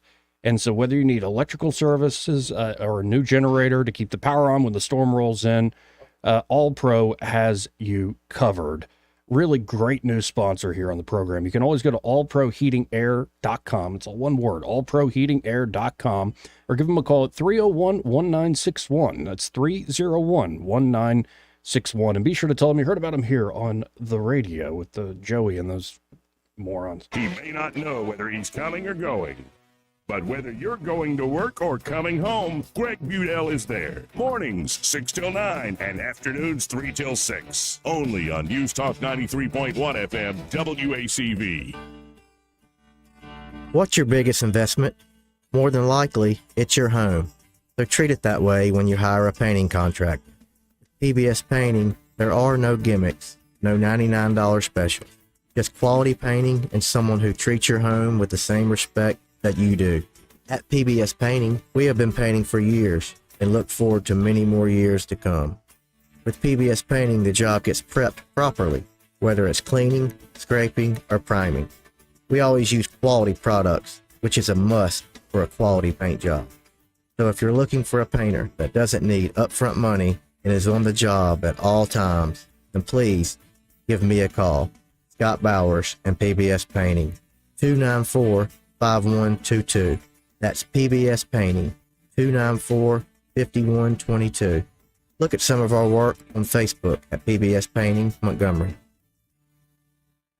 Make 2024 the year you break away from the chain stores and join us here at Adams Drugs. We value your business and want to provide you the best customer service at the lowest possible price. We've been serving up excellent customer service here in the River region for over 62 years. I made the swap to Adams Drugs and I couldn't be happier. Having a job and then getting 3 kids to all of their activities keeps me busy. I don't have an hour to waste waiting on a prescription. At Adams, they know me and my family. I get in and out in minutes, and when I can't get by Adams, they'll bring the prescription right to my door. What are you waiting for? Come in to Adams Drugs and let us earn your business. Our friendly and personal staff will talk with you and answer any questions you may have about your prescriptions. Your satisfaction is our #1 goal. Visit us at adamsdrugs.net for the location nearest to you. Adams Drugs is your local independent Health Mart pharmacy. Health Mart, taking the time to listen and care.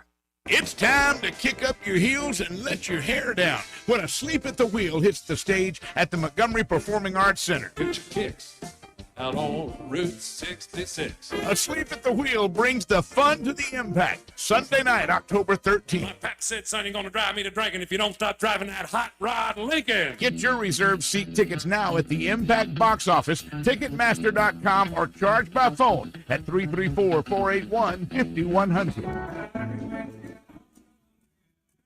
Asleep at the Wheel has been playing for audiences for over 50 years, and they're bringing their Western swing music to the Impact Sunday night, October 13th. Be sure to catch Asleep at the Wheel for their Happy Trails Until We Meet Again tour for a night of music and memory.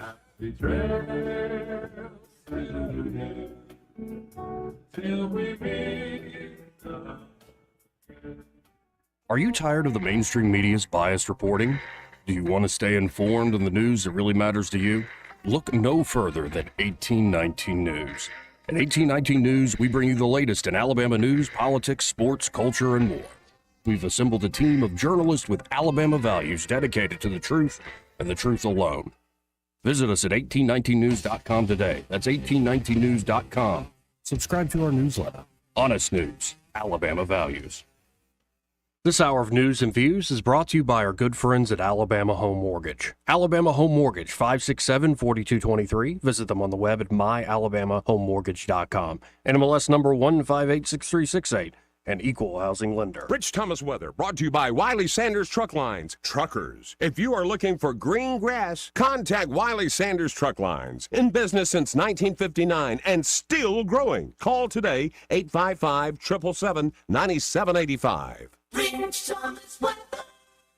Hi, everybody. We've got a forecast that's going to be getting hotter and hotter over the next few days. You know, today's high temperature 90 to 92, but closer to the middle 90s on Thursday and Friday. We'll keep the rain chances fairly low, 20% or less each day with lots of sunshine. Saturday's high up to about 96. More sun, risk of some widely scattered storms returning to the forecast by Sunday afternoon in the afternoon and evening.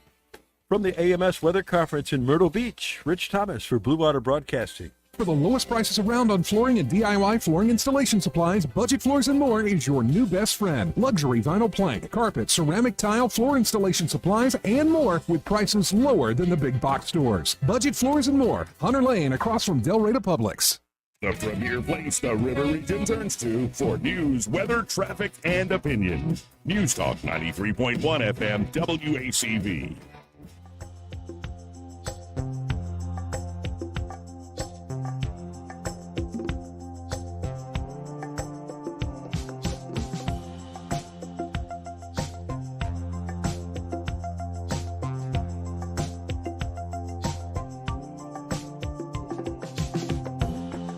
Joey Clark. Welcome back.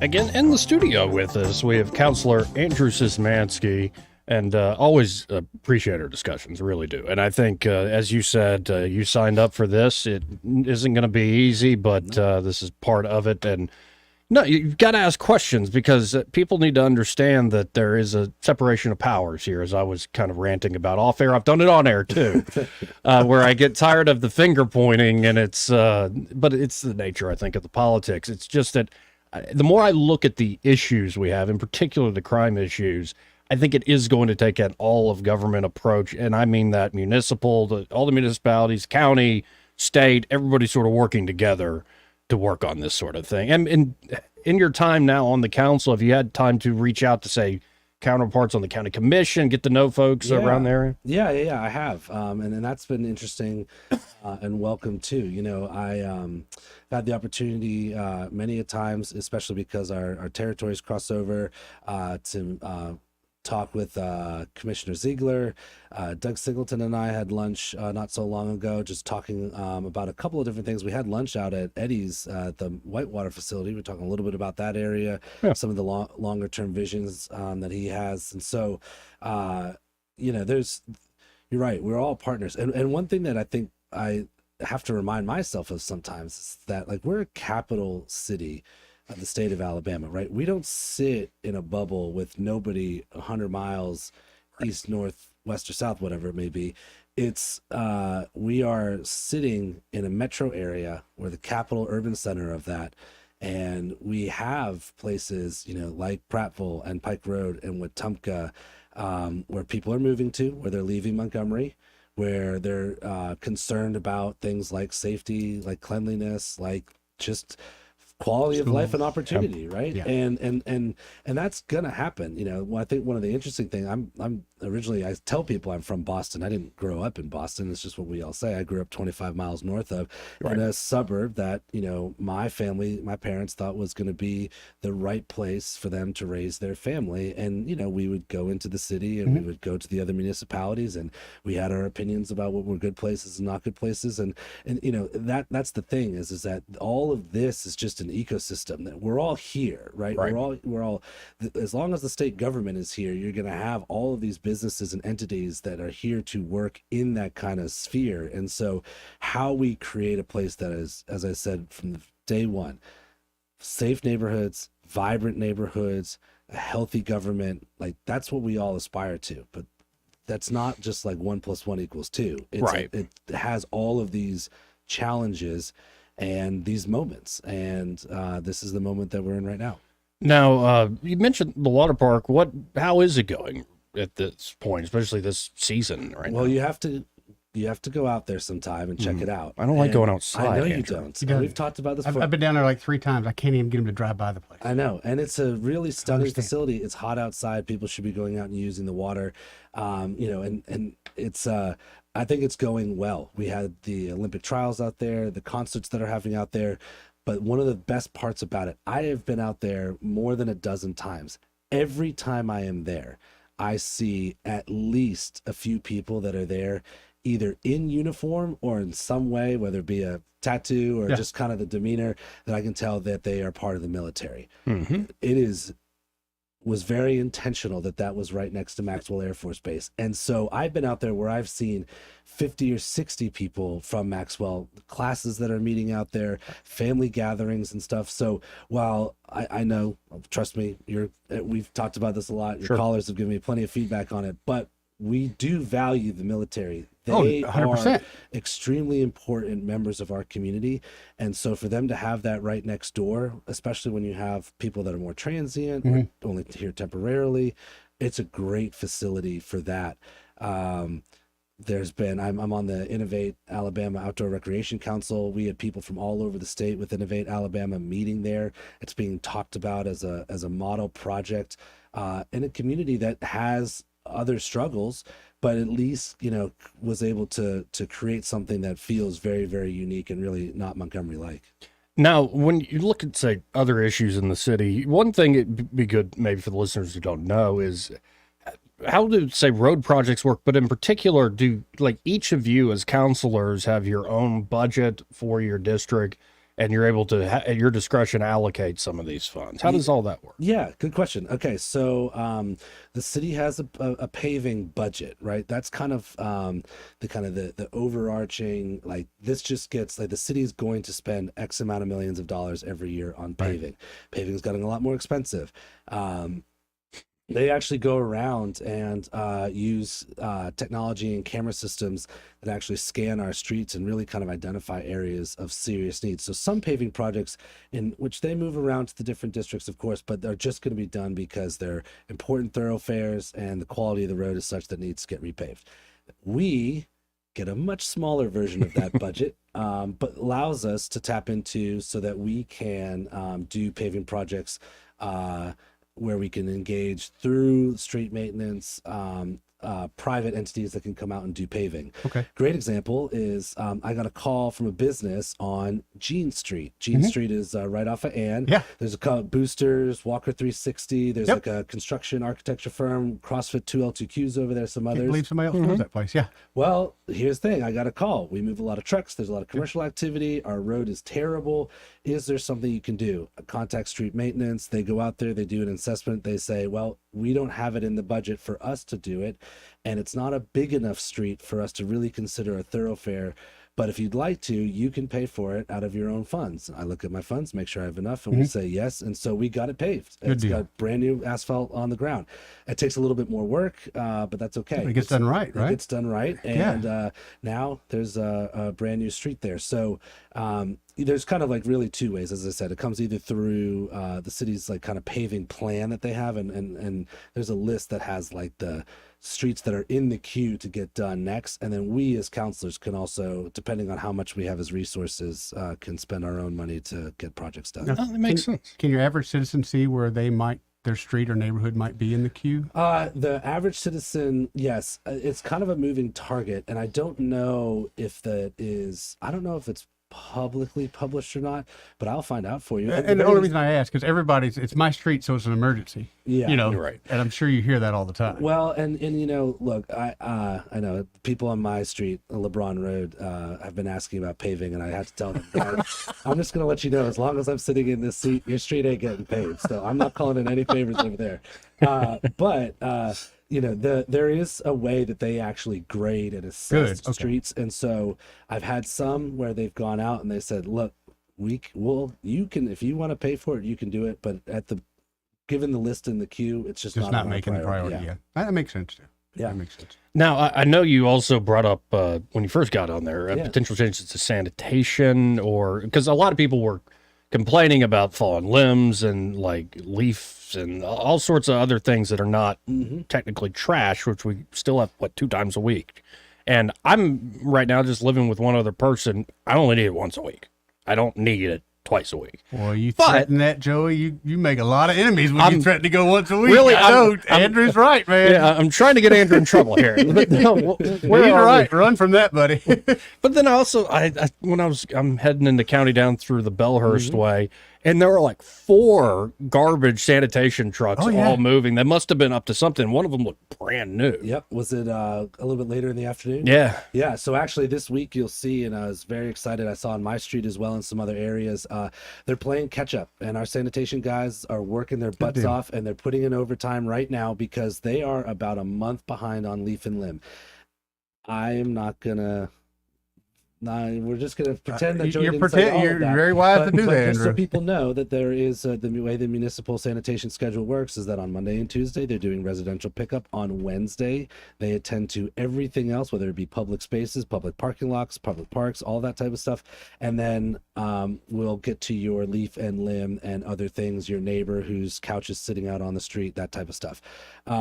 We're working through that process, and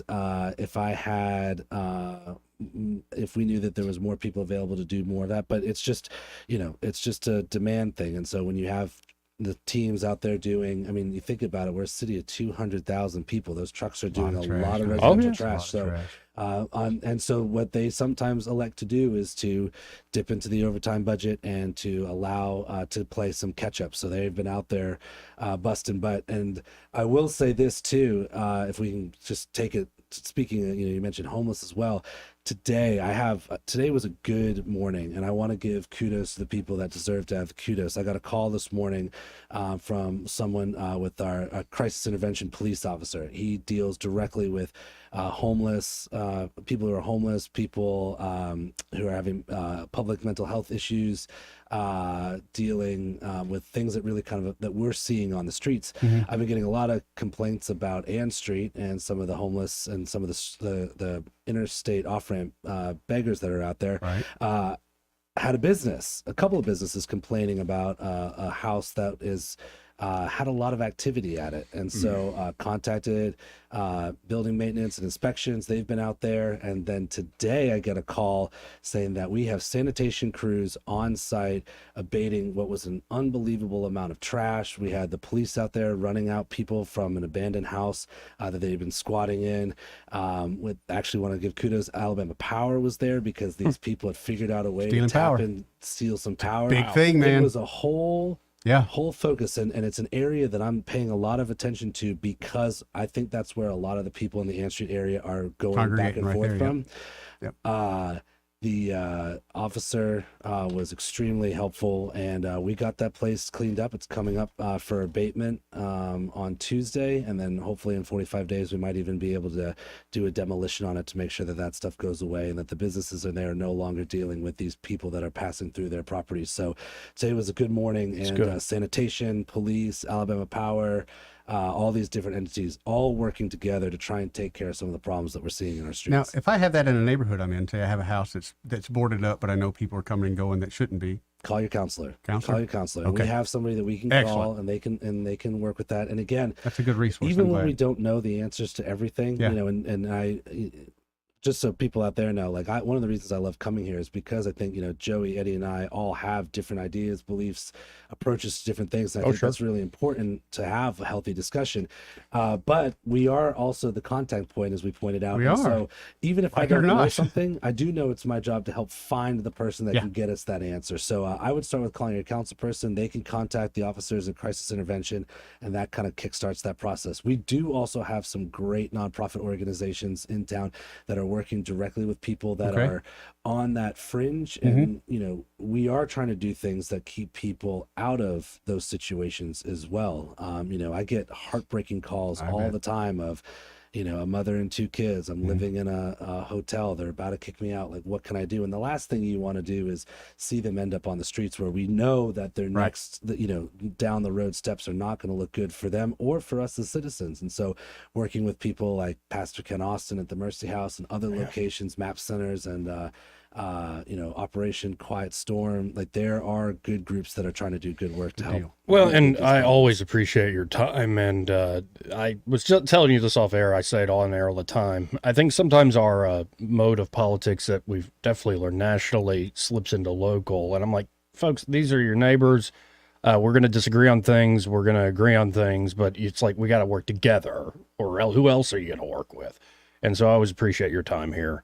And if folks do want to get in touch with you, how can they do so? Yeah. So as people know, I'm obviously got the social media channels. So I'm on Instagram, I'm on Facebook, and we try and do recaps of the city council meetings. My email address, the city, all of our email addresses, my first initial A, my last name Szymanski, and then at montgomeryal.gov. City council, I have a cell phone that, well, my regular phone, but it's 334-209-4757.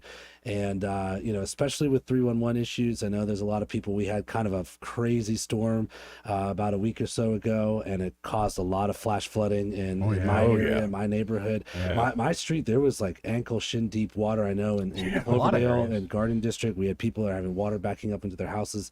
Whenever you have a 311 issue like that, I highly recommend people actually use the online system rather than just calling it in. A little faster? It's not only a little bit faster, but what that's does now, and y'all can test it out if you want to, but you go on, you set up a little account. When you put in a request, it actually texts you back updates. It'll tell you, and it'll tell you that it's received. The next update will tell you is who it's been assigned to. So if you need to make a phone call, that's a good idea. And then it tells you along the way what's been done about it, and then you'll get a text that'll say it's closed. If you don't want it via text, it can do it via email as well. That's the way that I do it. That's really good. For some of my residents that say I can't get through to 311, you can also use my cell phone number. If you text me the a 1 or 2 sentence description of the problem, the address the problem is at, and it's really helpful when I get a couple of photos. I'll submit your 301s for you as well. So again, just trying to just be helpful, and because it's not just public safety, we have a lot of other things that go into city government and ways that we can positively impact people's lives. And just as a final plug, if anybody's interested, I'll be at Dirk's Filet and Vine with Councilor Riley next Thursday, the 20th. At 5 p.m. Till about 6:30, just listening. It's just for us to come out and hear about all the things that, as I said, people may not want to come up and talk about on a microphone at a council meeting. And we'll be doing that probably through the end of July, taking the week of July 4 off, but we'll be doing Thursday nights one week, then the next week a Friday morning, then a Thursday night, then a Friday morning. It's really good. Well, appreciate your time as always. Got to hit a break here, but first, this part of the program brought to you by Alabama Home Mortgage. And there at Alabama Home Mortgage, Kim Williams and Madeline Cannon are ready to help you. Whether you're looking to buy a home, they can walk you through that entire home buying process from pre-approval all the way to closing day. Or maybe you're looking to refinance to get credit card debt off your back or consolidate any sort of debt. Or it could be you're doing all right debt-wise, but you just want to reconfigure your finances, accomplish some goals, maybe reinvesting in yourself, your property, your family, all sorts of reasons you could be doing that. And, of course, Kim and Madeline are ready to serve you, local folks that will actually get to know you and your goals and give you the best possible deal. So call them up today. That number, 567-4223. That's 567-4223. Or you can always visit them on the web at myalabamahomemortgage.com. There is a difference in mortgage companies. Let Kim and Madeline prove that to you today. NMLS number 1586368, an equal housing lender. Want to carry News Talk in your pocket? Download the News Talk 93.1 app from the App Store. Available on iPhone and Android. Never miss a moment. Download now.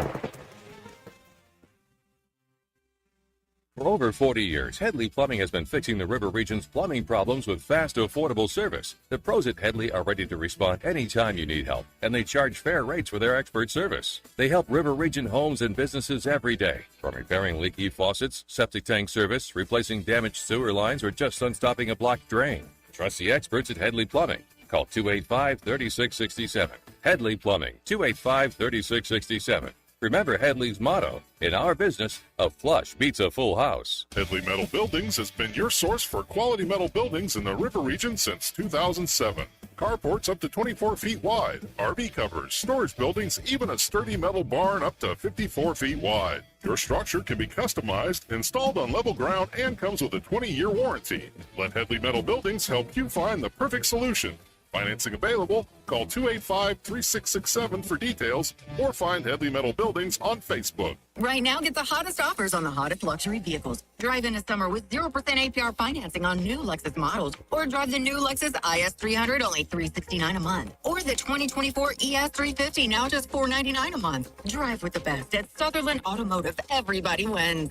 Get the lowest Lexus payments now at Lexus of Montgomery, part of the Sutherland Automotive Group. Number 5130706 for C0360027. 5,000 miles per year, 36 months with 3,999 due in signing. With approved credit, expires 6/30/24, plus tax and fees. This hour of news and views is brought to you by our good friends at Alabama Home Mortgage. Alabama Home Mortgage, 567-4223. Visit them on the web at myalabamahomemortgage.com. NMLS number 1586368.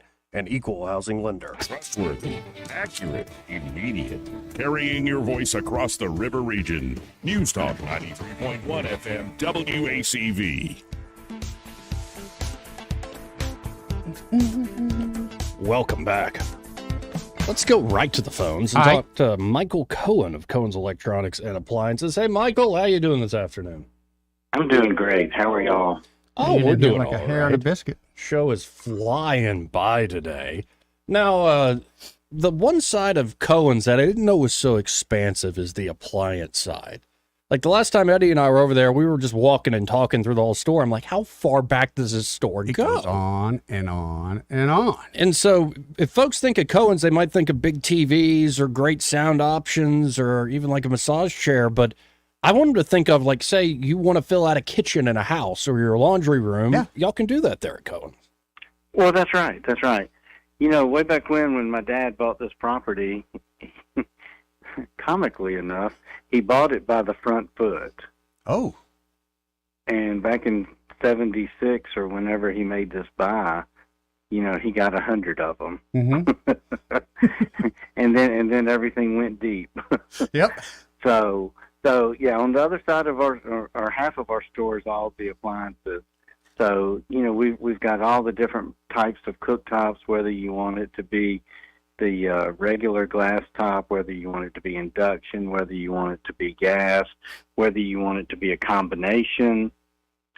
We've got ovens, ranges, we've got built-in ovens, we've got over-the-range microwaves with the hoods built into them, all the dishwashers, all the refrigeration, whether you need it to be counter depth or the normal depth, or if you need it to be built in. So there's just a ton of options. And there's no cookie cutter that says this fits everybody. You kind of got to come in and see what resonates with you, because some people want a refrigerator that's got a glass door so they can see what's in there. They want an extra door so that their kids can get in the refrigerator without opening the door and just standing there like they don't know what's inside. There's a lot of different ways to do the kitchen and make it your own. Right.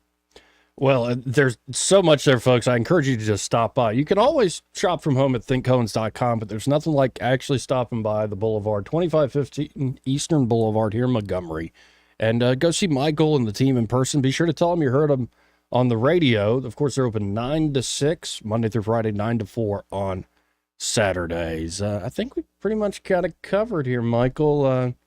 I guess we'll talk again soon. I hope so. I don't even know what that means, but appreciate it. I hope so too. Thank you, sir. See you, Michael. Take care.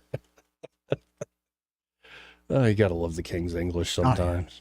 We'll be right back. Broadcasting from the Riverside Chevrolet Master Control Center, this is WACV Cusana, News Talk 93.1 FM. When it's Chevy, it's Riverside.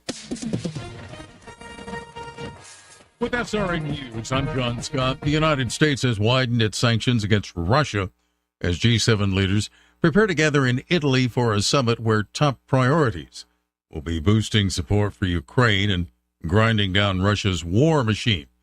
The package targeted Chinese companies which help Russia pursue its war in Ukraine. The White House reportedly is not ruling out a potential commutation for Hunter Biden, the president's son, who was convicted on 3 federal gun crimes. The president recently ruled out a pardon. At least 41 people have died when a fire swept through a building.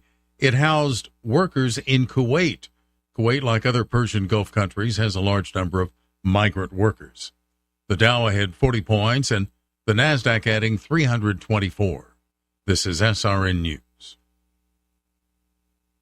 Government debt is now exploding by an unprecedented $1 trillion every 90 days. Think of that. It's a clear sign that our nation's finances are spinning out of control, and it's putting the savings of every one of you at risk. Hello, I'm Lance Wallnow, a news analyst and best-selling author and an evangelical leader. I'm deeply concerned about the impact this runaway debt is going to have on Christians like you who have worked hard to build your own nest egg for your family. To protect your financial future in these uncertain times, you need to diversify with something tangible and proven, like physical gold. That's why I recommend a gold IRA. To learn more, text FAITH to the number 989898, and my friends at Birch Gold Group will rush you a free info kit on how to move your IRA or 401k to physical precious metals, tax and penalty free. So don't wait. Just text the word FAITH to 989898 to get your free info kit on gold IRAs. Birch Gold Group is the only company I trust. There's no obligation. So text FAITH to 989898, and I pray this information helps you achieve prosperity and peace of mind. Rich Thomas Weather, brought to you by Clark Heating, Air, and Plumbing. It's time to get your cooling system ready for the long, hot summer. Call today about the advantages of the Clark Club membership to be sure you're covered. Call 277-2125. Better call Clark. Alabama certification number 09098. Rich Thomas Weather.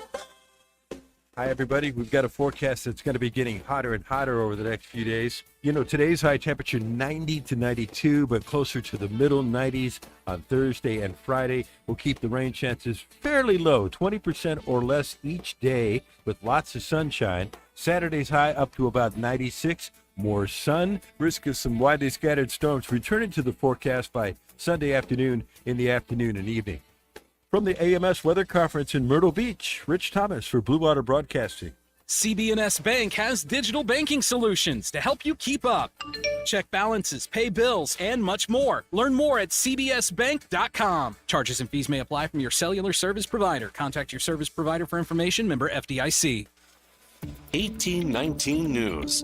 The chairman of the Alabama Republican Party is not reveling over the fact that there was a felony conviction of Joe Biden's son, Hunter. Chairman John Wall says there's plenty of other charges that could have been pursued against both Hunter and Joe Biden. He believes that going after a person's Second Amendment rights sets a bad precedent. Wall spoke with 1819 News editor-in-chief Jeff Poore on FM Talk 106.5 out of Mobile. Bottom line is shall not be infringed. It shall not be infringed. And that counts for Republicans and Democrats.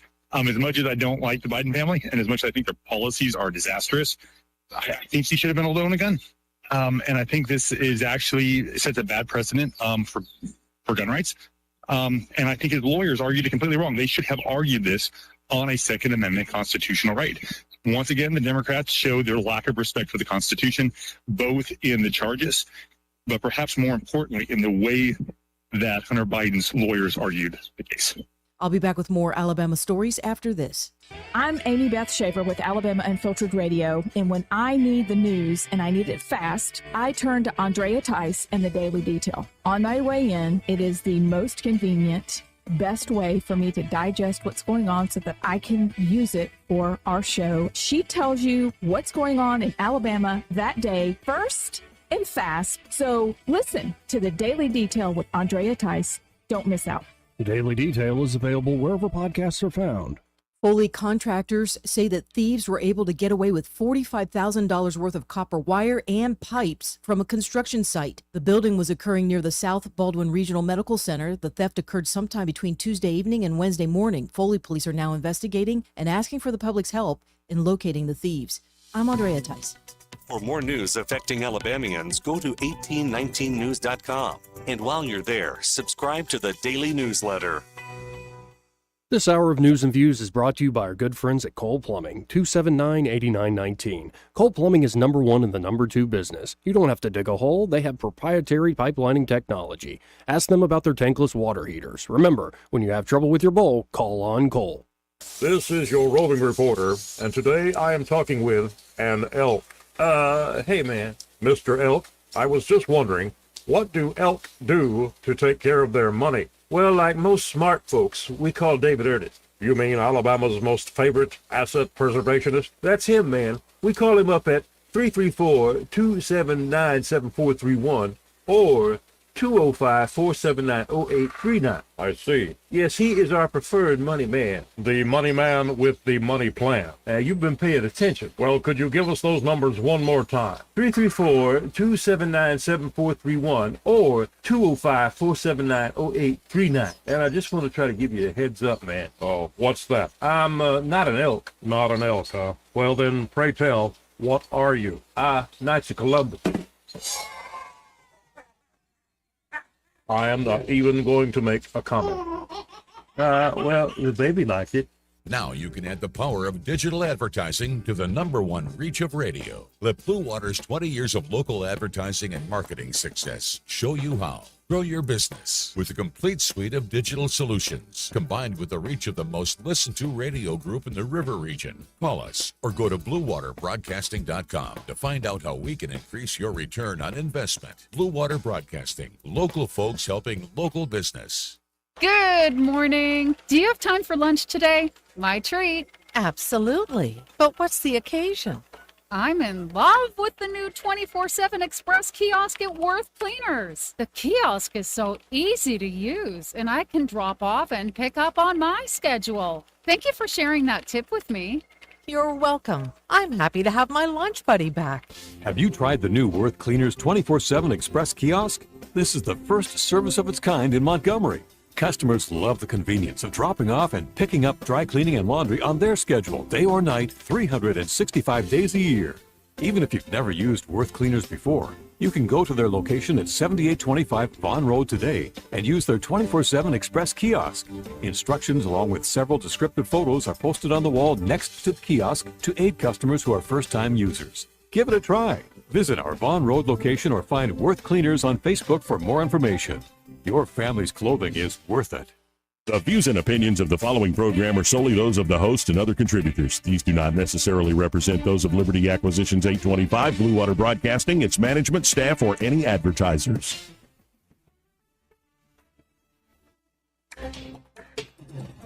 It's time for Montgomery's conversational radio show. It's News and Views on News Talk 93.1 FM.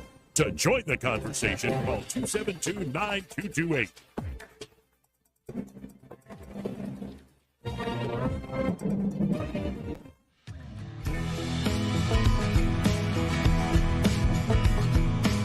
After damning politicians uphill and down dale for many years as rogues, vagabonds, frauds, and scoundrels, I sometimes suspect that, like everyone else, I often expect too much of them. Joey Clark. Welcome back to News and Views in the Afternoon. I'm Joey. That's Eddie Bader in his fishing shirt over there. That's right. That's like a fancy pool liner. Well, it's either that or a dirty one. Or that, yeah. But what's the ones where it's like hard, the whole thing is hard? Gunite. It's like the real fancy ones. Yeah, gunite. It's like a sprayed concrete, I believe. You ever want a waterfall pool? Like, say, the lake house, like a pool that looks like it's falling into the lake? I'd love one. My neighbor's got one, but I really? cuss it all the time, so I'm Why? Pools are a pain in the butt. You might as well drive down the highway, throw the money out. But when you add additional pumps, additional hardware. It's true. Additional things. More things can break. Right. And he's my age, so technology's not exactly his friend. Right. So, yeah. So I just enjoy hearing Doug cuss every once in a while. Works for me. Then when I'm not near, I go swimming in the pool, so it works really well for me. There's so many different ways we could go here. There really are. But, yesterday we were talking about how they wanted to make it a hellscape in the Taiwanese Strait. Yeah. In the Taiwan Strait if China ever thought of doing something. That's the plan, right? Well, a video came out today. Mario, it's however you say it. Okay. He's like Nawful. Who what? Mary. That's why it might be Mario. I go with Mario. He's like real big on Twitter. Like he does all this breaking news stuff. Okay. And he says, breaking news, AI weapons produced by U.S. military to counter Chinese threat. And we've kind of got a short Wall Street Journal video of this. Okay. So let's watch it together, kind of see what they're talking about here. Here it is. The nature of surveillance and warfare on the water. We're getting a rare look at the cutting-edge technology the U.S. is testing. Technology that other nations are competing to develop too. Well, right now we're on the leading edge of it, and our goal is to stay on the leading edge. Here in Bahrain, a U.S. Navy team known as Task Force 59 has created a testbed for some of the latest and greatest commercially made marine drones. The drones here aren't armed. For now, they're loaded with high-tech radios, cameras, radar, and all kinds of other sensors to help expand the Navy's eyes and ears in the ocean. There are more than a dozen unmanned platforms being tested by the Navy as part of an effort to develop the world's first big unmanned fleet of these boats. Where are they doing that at? Bahrain. Why are they doing that here? It's our Navy, isn't it? Yeah, I guess so. See what it's like out there. And it makes me think something else is up, Joey. No, but when you see like the big shot there where it's like all those in tandem, I'm like, yeah. Paddle boards? And then you start, but then. No, but they look like. But start thinking about how much drones have shaped the battlefield in, say, Russia and Ukraine. Dude, I fly one just about every day. So you kind of get a sense of how powerful that could be. Yeah, but that being said, and you're right, it's incredibly overwhelming, that technology. But I also see how easy it is to take them out. Sure. Now, I'd imagine it's not just surface level. Like, there's going to be underwater drones as well. Oh, they're already there. Right. Yeah. And so maybe this bodes well, because one thing I've always wondered about, say, the Pentagon and the budget there is, and I would love to ask people that are like in the industries, actually know the stuff, like they want a more military spending. But like, hey, even if you want more military spending, how much do you think is just wasteful in the budget? Like, how many weapon systems are being funded that are outdated? Weapon systems that are being funded that are cumbersome, like are going to not work on the battlefield. And you kind of know it's not going to work. Like I'd imagine the number's actually pretty high. I bet they are. Now, but you get things like, the Javelin system built here in Alabama. Yeah. It works pretty damn well. Like, there's no denying that. It does work very well. But a lot of times we will pursue things past the point of we should have stopped a long time ago. But then you get into the question of the Javelin works damn well, but like you can fire and get out from where you fire. You don't have to just stand there and like it'll destroy these tanks. But what if you can destroy a tank with a drone that's magnitudes less costly? Like it's much more affordable.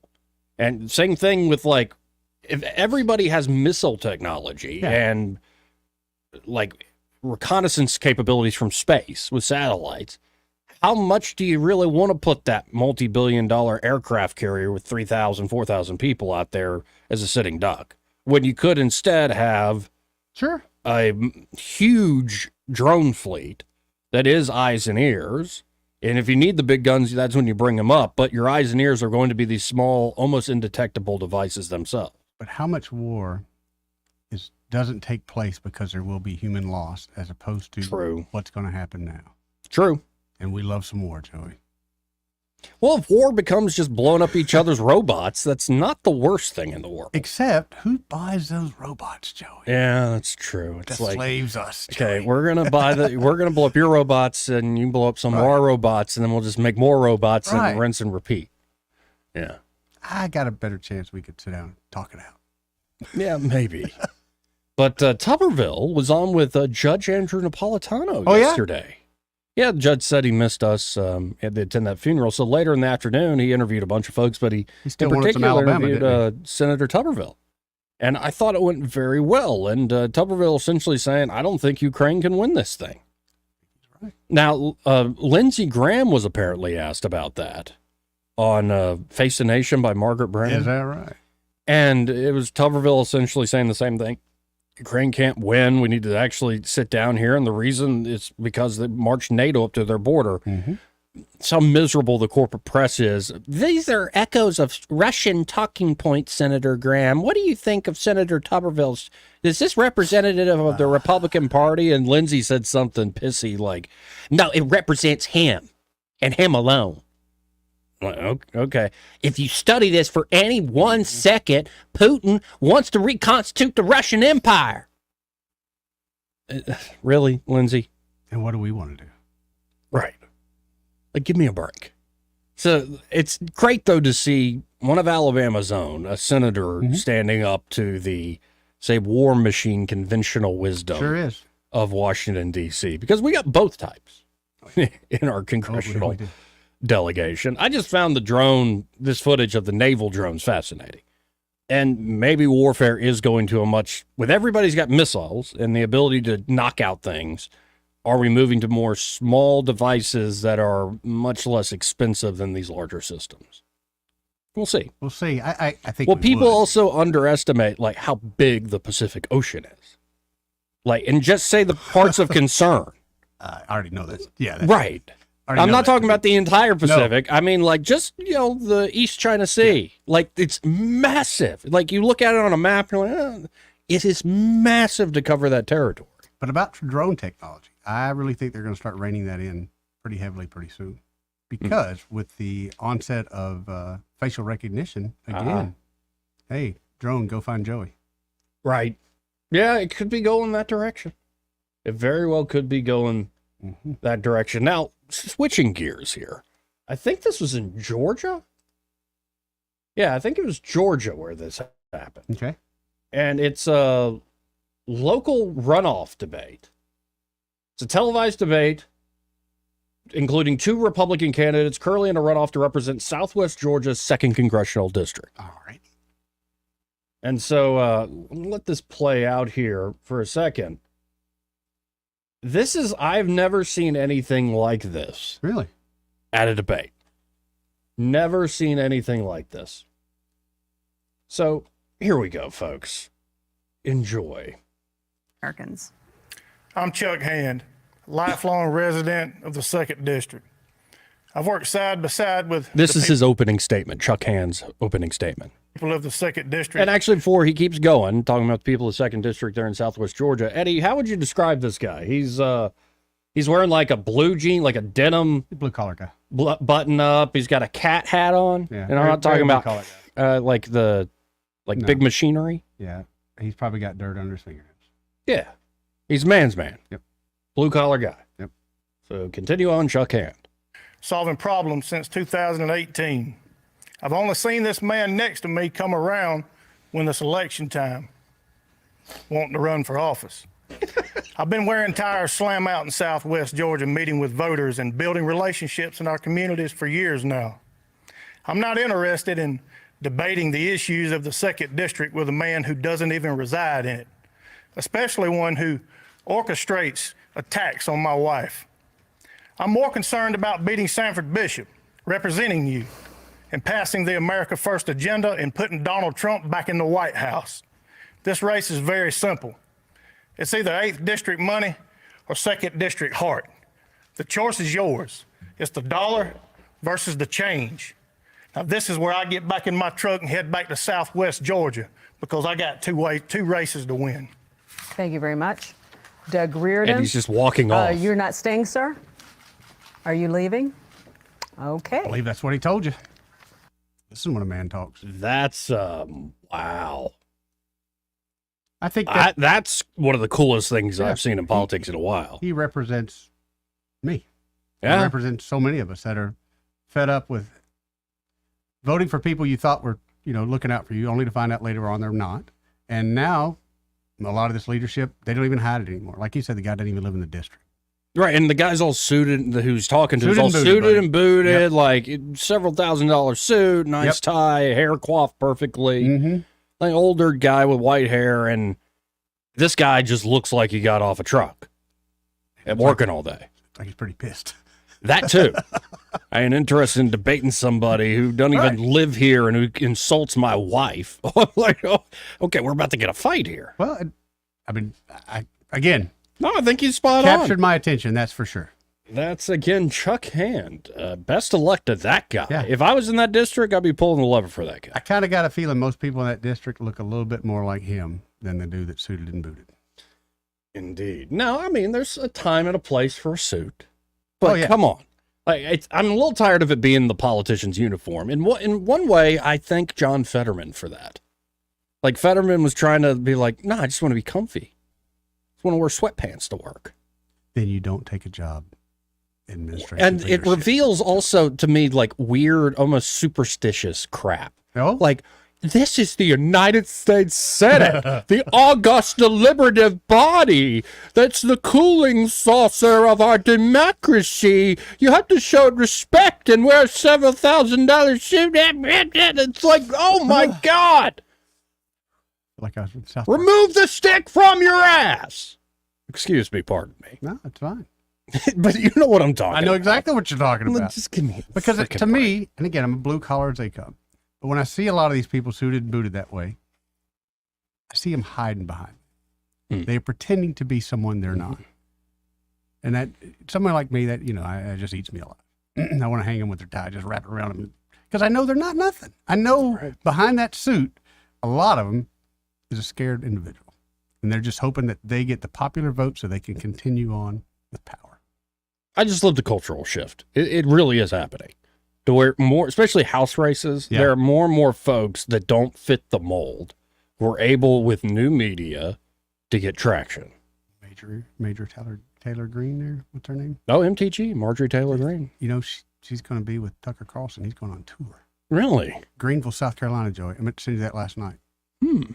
Yes, I'll send you the tour.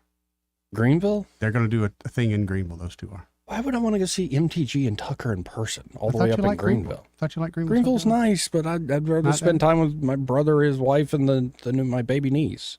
Okay. And go see Tucker. I can watch Tucker any night. Like, is he different in person? I don't know. I was going to find out. Is the laugh a little more charming in person? Could be. I didn't know. I thought maybe you'd enjoy it. My bad. No. Thanks for thinking of me, though. No. Don't worry about it. Won't happen again. Okay, I'm getting word on something we were talking about off air. I'll fill you in later. But all sorts of moving parts, folks, going on in this nation of ours and locally. Now, before I hit a break, yeah, I want to bring up another thing I mentioned at the beginning of the show. Okay. Harvard study fuels debate on UAP transparency. A recent Harvard study suggests the possibility of advanced stealth civilizations, that's the actual term in the paper. Stealth civilizations existing on Earth, either disguised as humans or in a base inside the moon. Hold on. You said on Earth, but then you said inside the moon. Or. Oh, okay. Okay. Yeah. Either disguised as humans or in a base inside the moon, sparking discussions on UAP, unidentified aerial phenomena, transparency. The study has led to debates on the inclusion of UAP disclosure acts in the National Defense Authorization Act, with some U.S. lawmakers pushing for more transparency in UAP research and legislation. Like Tim Burchett, the guy from Tennessee, kind of just tells it how it is. Then that guy? Then Anna Paulina Luna, who I admit I have a crush on. I know she's spoken for, but I got a crush on her. She's great on this issue. Matt Gaetz is pretty good on this issue, too. And there are actually a lot of Democrats who were interested in this stuff, too. So it should be one of these things. Most of them know the real answer and they're pretending? Or do you think there's some real curiosity there? No, I think there's some real curiosity there.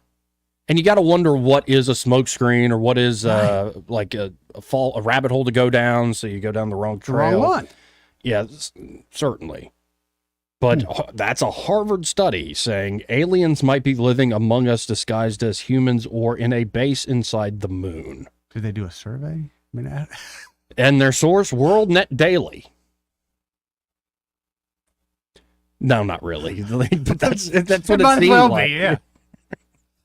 For all the training we've had our whole lives that it's not real. Now they're trying to come out and tell me it's real. A woman gives birth to a fish. Like it's stuff headline. like that. I had to buy it. It's like, no, I don't think she gave birth to it. I think never mind. There was something else going on. I'm not going to continue that thought. That's like some Led Zeppelin stuff right there. 272-9228. And while I'm feeling silly right now, this is in Atlanta, ATL. Okay. Like, you think we got problems. And we do have problems here. We got a few, yeah.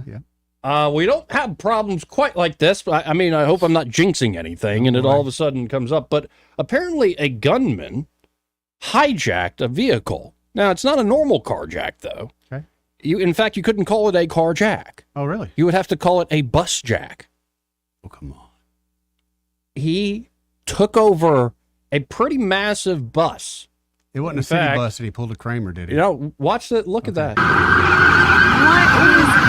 That's a big old bus, man. It's like one of them touring buses that you see the college's football players go on. Right. Oh, yeah. Oh, it's pretty massive right there. Hold on. Those, I'm sorry for the sirens, but those are police cars chasing it. Is he leading the parade? Yeah, and then it goes to the live coverage that was from the local news affiliates there. As they can, trying to get all those drivers out of the way. He is going the wrong way in that turn lane. That's another car connecting. And you're talking about a heavy piece of equipment. Barreling through cars like this one right here that were in your way, and there's someone trying to run. We got our chopper there. We put it on the video. Brendan Keefe was talking about an attempted blockade from a GSP officer. The bus never even slowed down. That's too much power, too much motor, too much weight. The GSP officer getting forced down the highway. I'm sure that officer is likely in full dangerous for brake. him. Yes, Oh my goodness. extremely dangerous. Brendan said this was basically a reverse pit maneuver. The bus then continued down the highway. It hit several cars, I believe. Yeah, there's one of them right there. Now, what if this is like the plot of Speed come to life? Oh. Like the bus has to stay at a certain... Yeah. But for this day and age, it's a certain RPMs. Like, you just got to keep it revved up to a certain amount. I can't imagine. I can't imagine that either, but again, it's a bus, so got them tire spikes that you can kind of throw. Yeah, and that's what they did eventually. Good deal. Like they... No regard for human life as this bus then picks up speed, gets off I-85, and then starts barreling down Jimmy Carter Boulevard. I believe you've got video of the spikes. Here are the spikes once again in an attempt to stop this bus. There it is. Yep. Now, if that were bus were made in 2026 or afterwards, manufacturer can push a button, stop that bus, and that's law. Wow. Any automobile manufactured 2026 or newer will have a kill switch that you do not have access to unless that law gets changed or stopped. Yeah. Oh, I'm pretty sure the car I'm in, it's 2022 Kia K5. They could stop. Yeah, if we they just want call it Kim remotely. Jong-un. He stops that one. That's no problem. He's got your car. He's watching your car anyway. You got the special car. Enemy number one, Joey Clark.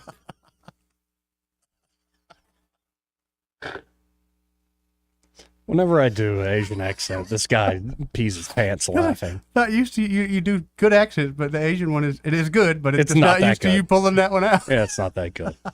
Yeah. It's like, really? That's still pretty good. I'm saying it with love, too. But of course. Right. Dude, I had more Koreans and bosses and friends and everything mock us and the way we talk. Not just the redneck part, just what they used to call the English. Your English is not very good, Eddie. I agree. Yeah, you got me there. I grew up in Chisholm. Yep.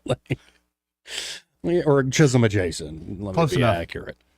How about this? Let's hit a break. But first, this part of the program brought to you by River Region Contracting. And there at River Region Contracting, Todd Clark and his team are ready to help you with that roof. I had to call of them up yours. Monday, Joey, and they went and checked out a roof that we're getting ready to close on a house, and got a real special buyer in this particular case. I want to make sure everything was jammed up and jelly tight. I called Todd Clark, told him the situation I was in. He had somebody over there that afternoon. Wow. Yep. That's pretty awesome. And yeah, as you know from experience working with them, they can do asphalt and metal roofs. Yes. And here's the beautiful thing, folks. Their inspections and estimates are always free. Absolutely free, Joey. And so if you're just looking for peace of mind to make sure the roof's all right, it's a free inspection. And what, they don't find any problems, they're like, you're good to go. Right. But if they do find an issue, especially one that your insurance company might cover, there are a bunch of insurance specialists over there at River Region They Contracting. gave me a very detailed report. And so they can walk you through the claims process, make it swift and easy. Gotta like that. You don't hear that much when it comes to insurance. don't No, you? no, you don't. And really, they show up on time. They Yep. get the job done well. They don't leave a big mess. There's a reason people are calling them the premier roofing contractor here in the area. So call River Region Contracting today. At number 356-8635. That's 356-8635. And be sure to tell Todd Clark and that great team there that Joey and Eddie, those fellas on the radio, sent you. He may not know whether he's coming or going, but whether you're going to work or coming home, Greg Budell is there. Mornings 6 till 9 and afternoons 3 till 6. Only on News Talk 93.1 FM WACV. Summers are fun, so how do you make this summer really stand out? You drive into summer in a new Toyota from Toyota of Montgomery. Make it the most memorable and the most fun summer ever with exceptional offers on the 2024 Toyota Corolla. Now just $207 a month. Or the hot-selling new 2024 Camry, only $285 a month. And the fun for everyone new RAV4, just $315 a month. You don't have to drive in your old car anymore. Toyota of Montgomery is paying up to $5,000 overbook value for your trade-in, so you can have the most exciting summer you've ever had. These hot deals on new Toyotas won't last. Drive with the best at Sutherland Automotive. Everybody wins. So get to Toyota of Montgomery today. Online at toyotamontgomery.com. Part of the Sutherland Automotive Group. Corolla LE TSRP 2009-23. Camry LE TSRP 30,703. RAV4 LE 31,173. 12,000 miles per year for 36-month lease with $499 due at signing. $0 security deposit with approved credit. Excessive wear, tear, and allergy. Look at trade value plus tax tag title. Not at $5 approved credit and 7/1/2024. Hi there, I'm Kim Williams with Alabama Home Mortgage. For years, I've been asking you to call me at Alabama Home Mortgage because there is a difference in mortgage companies. When you call Alabama Home Mortgage, from the moment we pick up the phone, you will hear the difference. We are passionate about what we do. To us, you're not just another applicant. When you call on us, you are trusting that we have your best interest at heart, and we do. We treat our customers like family, and that's why our customers turn into family, coming back to us time and time again. We know you have many options when it comes to mortgage financing, and we appreciate the opportunity to earn your business. We are excited to hear from you. Give Alabama Home Mortgage a call at 567-4223. That's 567-4223. Or visit us online at myalabamahomemortgage.com to complete an application on your time. Our passion is just one difference that sets us apart from the rest. It's not just a slogan. Call Alabama Home Mortgage because, folks, there is a difference in mortgage companies. NMLS 1586-36-8, Equal Housing Lender. For too long, Alabama's statewide news companies have shamed us for our conservative Christian values. Alabama deserves a news company that cherishes our culture, a company that isn't bought and paid for by the powers that be. 1819 News is that company. Run by Alabamians for Alabamians, 1819 News celebrates what is good and beautiful about our state, while exposing those who work against our values in secret. Just go to 1819news.com to learn more. Subscribe to our newsletter. That's 1819news.com. Hi, this is Carl Schmidt, naturopath and owner of the Herb Shop. Listen every Saturday to Winning Wellness and learn from experts in different fields of science and technology how nutritional supplements can help you. Listen to Winning Wellness every Saturday at 10 a.m. This hour of News and Views is brought to you by our good friends at Cole Plumbing, 279-8919. Cole Plumbing is number one in the number two business. You don't have to dig a hole. They have proprietary pipelining technology. Ask them about their tankless water heaters. Remember, when you have trouble with your bowl, call on Cole. The Rich Thomas Weather Network is brought to you by Earnest Financial. If you're tired of losing your money in the stock market, call David Earnest, 334-279-7431. Earnest Financial, LLC. Rich Thomas Weather. Hi, everybody. We've got a forecast that's going to be getting hotter and hotter over the next few days. You know, today's high temperature 90 to 92, but closer to the middle 90s on Thursday and Friday. We'll keep the rain chances fairly low, 20% or less each day with lots of sunshine. Saturday's high up to about 96. More sun, risk of some widely scattered storms returning to the forecast by Sunday afternoon in the afternoon and evening. From the AMS Weather Conference in Myrtle Beach, Rich Thomas for Blue Water Broadcasting. Do you have big plans this summer? Dive into summer with an ASE Credit Union vacation loan. Whether you've got a trip coming up, projects at home, or just need a little extra cash, we've got you covered. So don't put your plans on hold. Visit yourasecu.com or stop by and see us today. All the headlines the mainstream media won't touch. Your News Talk station. News Talk 93.1 FM WACV.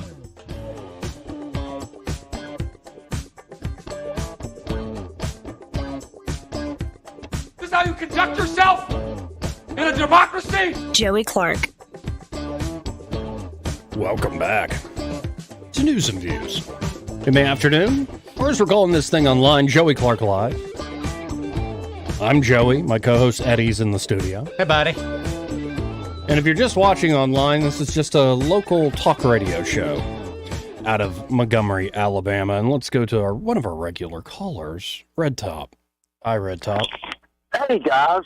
Gosh, every time Szymanski gets on, I want to talk to him, and you ain't taking no calls. I'll tell you one thing will solve this government problem in Alabama and Montgomery is a damn recall amendment.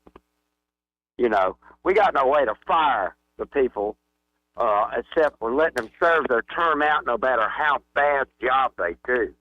We need to find a mechanism to get rid of some of these damn people.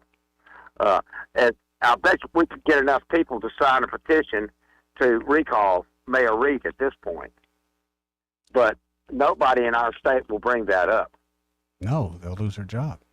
No, I think there are folks at the state level who are tired of seeing this. Yeah? Yeah, I don't know if they'll do recall. I mean, it would have to apply statewide, so you'd have to jump over a lot of hurdles to get something like that. But love to see I think it's removed from the current situation. I think it's just a good idea in general. It damn sure is. Mm-hmm. And, you know, I remember in California, as nutty as they are, they got rid of Gray Davidson. It was a good thing they did. Of course, they have not improved since. But at least they have a right to do that. We got no damn right once these people are elected, man. And it's getting kind of scary because we have a situation like we have in Montgomery with no police chief, not enough police, not the cops on the street fault. Now, let me get to another thing that is shocking that everybody needs to hear about. Is it's a health alert. I get a text from my big brother, Joey, that I just saw a week and a half ago. Mm-hmm. The big guy who's 100 pounds heavier than me and 1 inch taller. Yeah. Okay, he goes to the doctor all the time, been going all his life. He's a medical technician. But let me tell you what he had to go to the hospital for. All of a sudden, he couldn't breathe a few days ago. He goes in the hospitals, his lungs full of blood clots. Woo. He's taken every damn vaccination the doctor has said to take him. He's had like COVID twice, and taking all the booster shots and all this crap. Yeah. And you know what? He is so full of medication from his high blood pressure medicine, and he's on Mounjaro and all this. He's got a cocktail of drugs going in his body that no drug addict could survive. Mm. And I asked him, I said, you know, don't you think it's time? Have you asked your doctor about those damn shots? Because I gave him hell for taking all the COVID shots. And he goes, no. And he just shunned me away. But you know what? Blood clots, male, that is one of the main symptoms and side effects of the COVID vaccine, isn't it, Joey?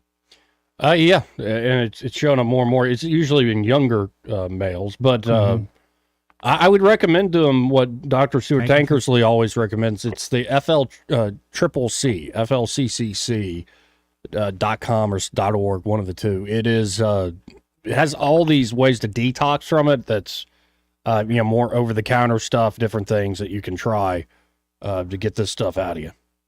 But this is all the more important thing to. I'm giving you a comparison between a guy who's 2.5 years older than me, who is now 100 pounds heavier than me, and has let himself get obese, and now is at a critical point in his life where the doctor said if he didn't have this surgery to get the blood clots out, he'd have been dead in 5 weeks. Mm-hmm. So, I'm going to do extra push-ups today, damn it. These people, at 70, it's starting to scare me, all these people around me, but most of them are obese and full of medications. So be very wary on how you treat your body, guys. Ain't got my one of them. Roll Tide, go Trump. Now, before we hit the break, Peter St. Onge, we didn't get to his video yesterday, but I just want to read through the top line of it, Okay. Eddie. It says, another shock report from the Bureau of Labor Statistics as job openings crash by 750,000 in just 2 months. Wow. That brings the 1-year loss to 2 million job openings. And it wipes out the job overhang we got when millions of Americans dropped out of the labor force during the COVID lockdowns. The one today is financial distress is now hitting the middle class. New study finds 2/3 of middle class people, middle class Americans, are struggling financially, with half of them living paycheck to paycheck. Still think that's underreported. And so that's the video I'm going to play. This is Peter St. Onge. We play him on a regular basis because he's just that damn good. Let's listen in together. A new survey finds 65% of middle-class Americans say they are struggling financially, and get this, that they don't anticipate a change for the rest of their lives. The poll for the Cost of Living Coalition surveyed 2,500 Americans. They found that fully 2/3 of those making over $60,000 a year, which used to be a decent wage, are struggling to pay their bills.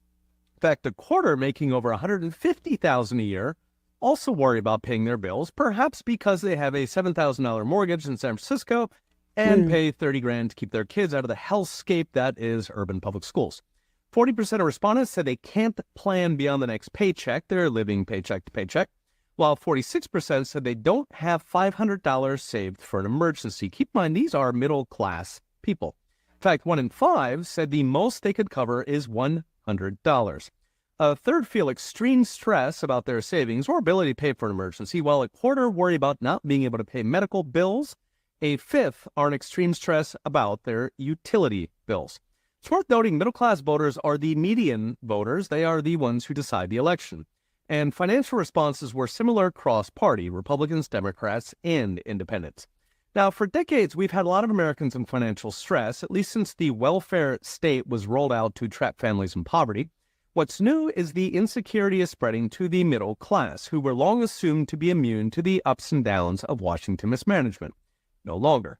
As for what's causing it, Bloomberg ventures a combination of interest rate hikes, which drive up debt payments, especially mortgages, together with growing debt levels, which continue to hit fresh records. Oddly enough, they failed to mention inflation, perhaps because editorial told them there's an election coming up. So not only does inflation sap the middle class with grocery bills, medical insurance, and gas costs, it drives up both the cost and the amount of debt. I've mentioned that buying a house now costs twice what it did pre-pandemic between higher rates and higher prices. And that carries through to everything, including credit cards, where you'll pay 24% on that $4,000 air conditioning unit or, do without. So what's next? Brought to you by Unchained.com. Since COVID, Washington has executed a 1-2-3 punch on the American people on the scale of the 70s disaster. Starting with the lockdown clown show, they've swung the pendulum to breaking point. Now, we've already ridden the first wave of inflation. Looks like we've got another mammoth wave forming on the horizon. That inflation is now crashing into a jobs and consumer collapse that could knock us back a generation. The question is, will Americans keep taking it, or will voters finally wake up and realize Washington is out of control? So recent polling says voters are indeed turning off CNN and voting their pocketbook. Trump's odds are soaring even among core Democrat voters. Several polls have found him even or winning among young voters, among Hispanic voters, and one recent poll put Trump at 40% black support, which would be unprecedented since, about 1880. When the media wonders what hit them, it won't be the hundreds of 2-minute hates they've ginned up. It'll be the millions of middle-class Americans who finally realize they are being played. Okay, we'll be watching. See you next time. Again, that's Peter St. Onge, and the guy, his analysis is, I trust it. Oh, yeah. I trust it. I think he is quite good. Now, I'm just looking at the comment section. It was like dead all day. Yeah. And then all sorts of comments started pouring in. Huh? Like Romex Angler's back. He says, did you say you're wearing sandals and jeans? When did this become cool? Oh, it's been cool. And I'm not even trying to be cool. I've been trying to keep cool. Sandals or flip-flops? They're flip-flops. Okay. Yeah. Very clear distinction needs to be made. Oh, yeah. I'm not wearing those like... Birkenstocks, tree huggers. The granola stuff. Yeah. Right. Actually, the latches on it are made from hemp. Organically sourced hemp. Exactly right. Right. Oh, goodness. What day did you start the live stream? Has it been a year yet? I don't know. No, I think it was July of last year. Was it?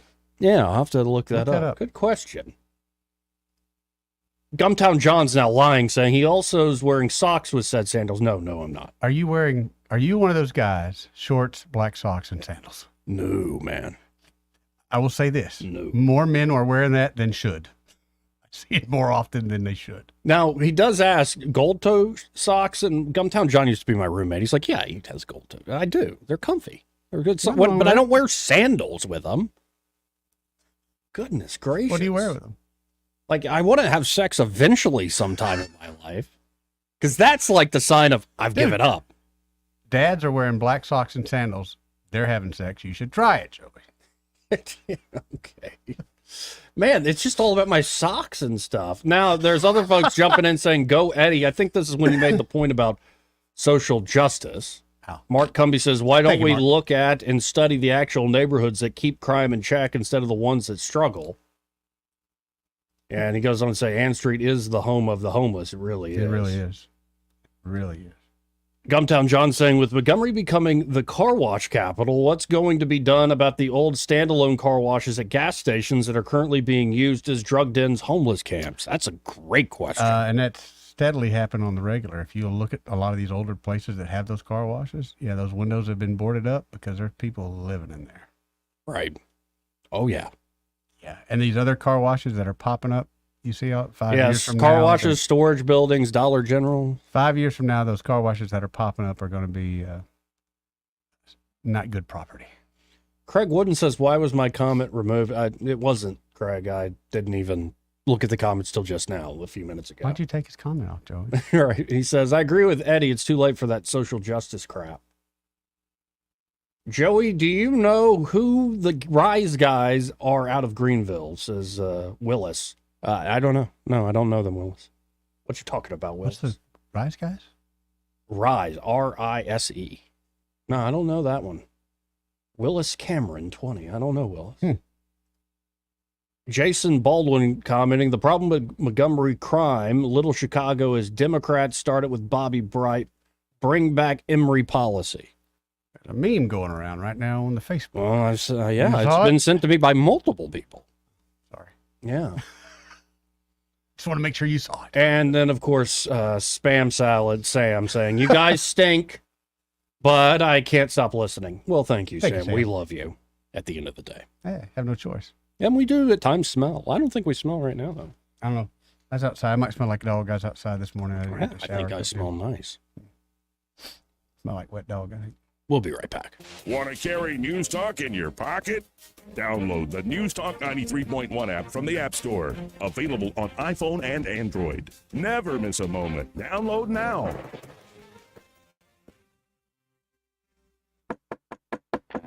Hello, everyone. Robbie Pelt with Capital City Roofing. If you think about it, your home is your biggest investment in life. Your roof covers your home, so why jeopardize your biggest investment on a roofer you don't know anything about when you can deal with a reputable roofing company like Capital City Roofing? We have an A+ Better Business rating and the best manufacturers and workmanship warranties available. We do all residential and commercial roofing applications that are certified through the manufacturer to ensure you get the best material and workmanship money can buy. We also have your project in our best interest before and after construction has been done. Don't hesitate to call us if you have any roofing issues or questions. We will match any of our competitors' price and give you the same great workmanship warranty. We also give free estimates. Give us a call today and let us show you the difference. 277-3311. That's 277-3311. Or you can check us out on the web at www.capitalcityroofing.com. Capital City Roofing. We capitalize the roofing industry. During this time of year, you probably expect me to say, the deals are hot at Larry Puckett Chevrolet, or you'll look cool driving a Larry Puckett Chevrolet. Well, since the deals are hot every month at Larry Puckett, you need to know that Larry Puckett is currently having a red tag sale. Save thousands on any number of pre-owned cars, all makes and models: Chevrolet, Jeep, Nissan, Toyota, Buick. Larry Puckett has one of the largest used car inventories in the River region, so you'll have plenty to choose from. Start your summer off with a hot deal by saving a lot of bucks on new Chevrolets or pre-owned cars, trucks, and SUVs. All makes and models at one of the River region's top auto dealers, Larry Puckett Chevrolet. Their red tag sale won't last forever, so do yourself a favor and save today. Shop them online at LarryPuckett.com. For as long as I can remember, Larry Puckett's customers have been doing the talking. Larry Puckett Chevrolet on Cobb Ford Road in Prattville. Hey, this is Randy with Super Phone Center on Burbank Drive. When we advertise with Blue Water Broadcasting, we get results. Spend your money where it counts. Blue Water Broadcasting. Radio works. It's as simple as that. Call us to find out how radio can work for your business. Blue Water Broadcasting. Local folks helping local business. This hour of News and Views is brought to you by our good friends at Cole Plumbing, 279-8919. Cole Plumbing is number one in the number two business. You don't have to dig a hole. They have proprietary pipelining technology. Ask them about their tankless water heaters. Remember, when you have trouble with your bowl, call on Cole. Don't you love the feeling of coming home to a clean house? Let Southern Bell's cleaning service get your home in order. Families in the River region trust Southern Bell's because they know Callan and Jesse will show up on time and believe in cleaning the old-fashioned way. They bring all their own supplies and specialize in full-service, residential, commercial, vacant properties, and construction cleanup. Estimates are always free. Call Southern Bell's today at 546-0715 or follow them on Facebook at Southern Bell's Cleaning River Region. We get Montgomery talking 24 hours a day. The River Region's most trusted voice. News Talk 93.1 FM WACV.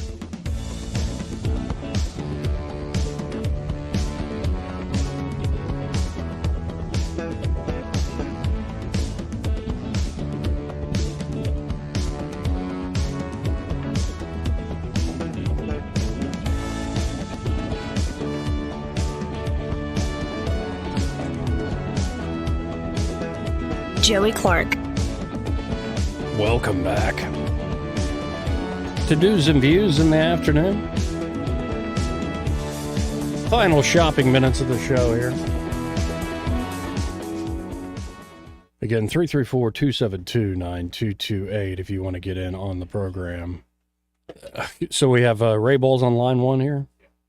Hey, Ray, how you doing? That was my fault. That was Eddie's fault. That was my fault. I did it. Eddie did it. King of the fat We're fingers. Doing great.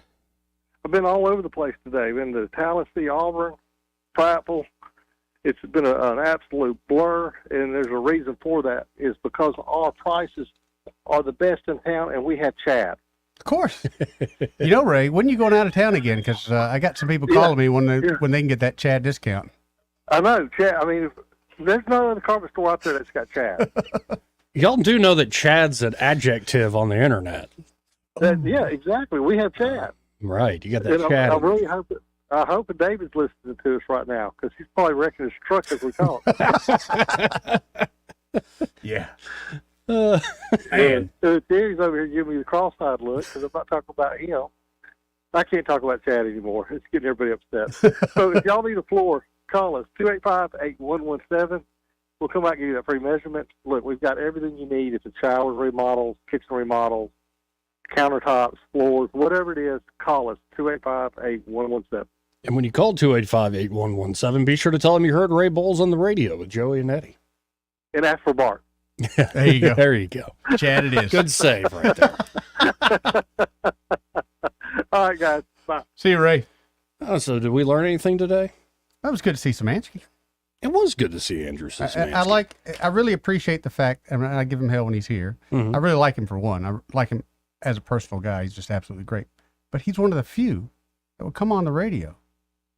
You know, we open these doors to everybody. So Yeah, that's true. if you've got a city leader that you'd like to have on the show, call him up. Tell him, hey, they open the door to everybody. Yeah, anytime. Mm-hmm. We're fair. Yeah, we are. Well, we learned that the mayor will be on it tomorrow That's at right. 2 o'clock. All right, 2 o'clock. We got that happening. Mm-hmm. We learned that we got a bunch of new Navy drones.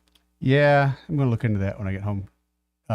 Because the ones we saw, they just seem so soft. You know, Joey. those will kill you. I didn't see any armament on them. It's a test system. Like they I just saw- explicitly said there are no armaments on I it. saw a solar-powered paddleboard. That's what I saw. Yeah, but you lack of vision. Obviously. Right. Got to be able to see not just down the road, but around the Around corner. the corner, too? Mm. That old chestnut, you know. Okay. 29228. Oh, we learned today that Harvard has a study that is saying aliens are either disguised living among us humans or they have a base inside the moon. I got another theory on that. Is that Harvard's way of kind of putting it out there? Like you said, we have aliens here at Harvard. Just kind of warming the water up a little bit, see how you guys take that. Or is it Harvard admitting, yeah, we're kind of retarded? Like, you know.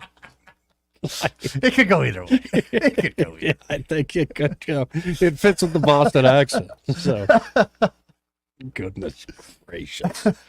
Oh, and one thing I didn't get to today. Yeah?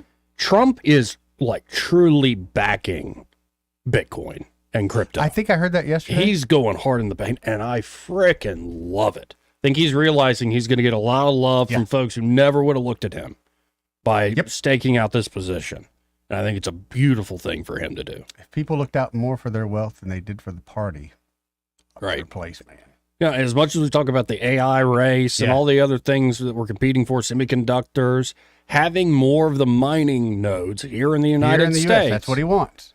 Yep. More of the mining operations is, I think, crucial. Definitely. And it'll do us well He's as a looking nation. out for the U.S. Hey, when's the last time we've heard that from anybody?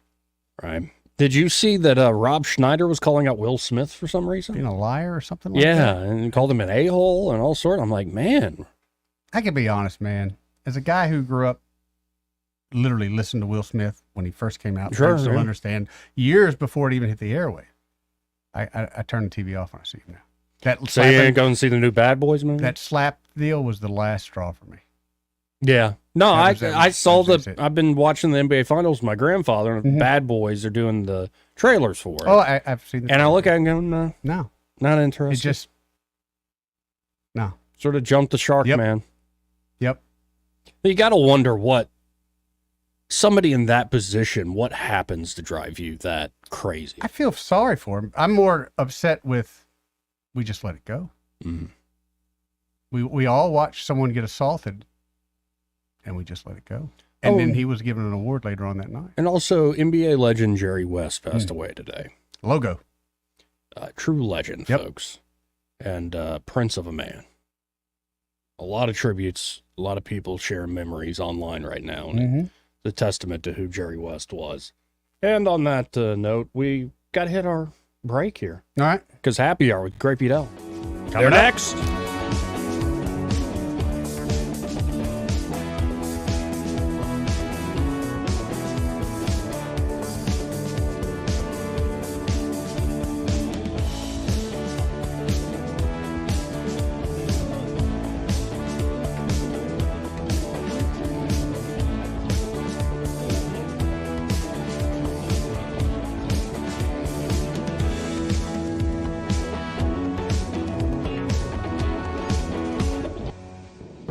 Broadcasting from the Riverside Chevrolet Master Control Center, this is WACV.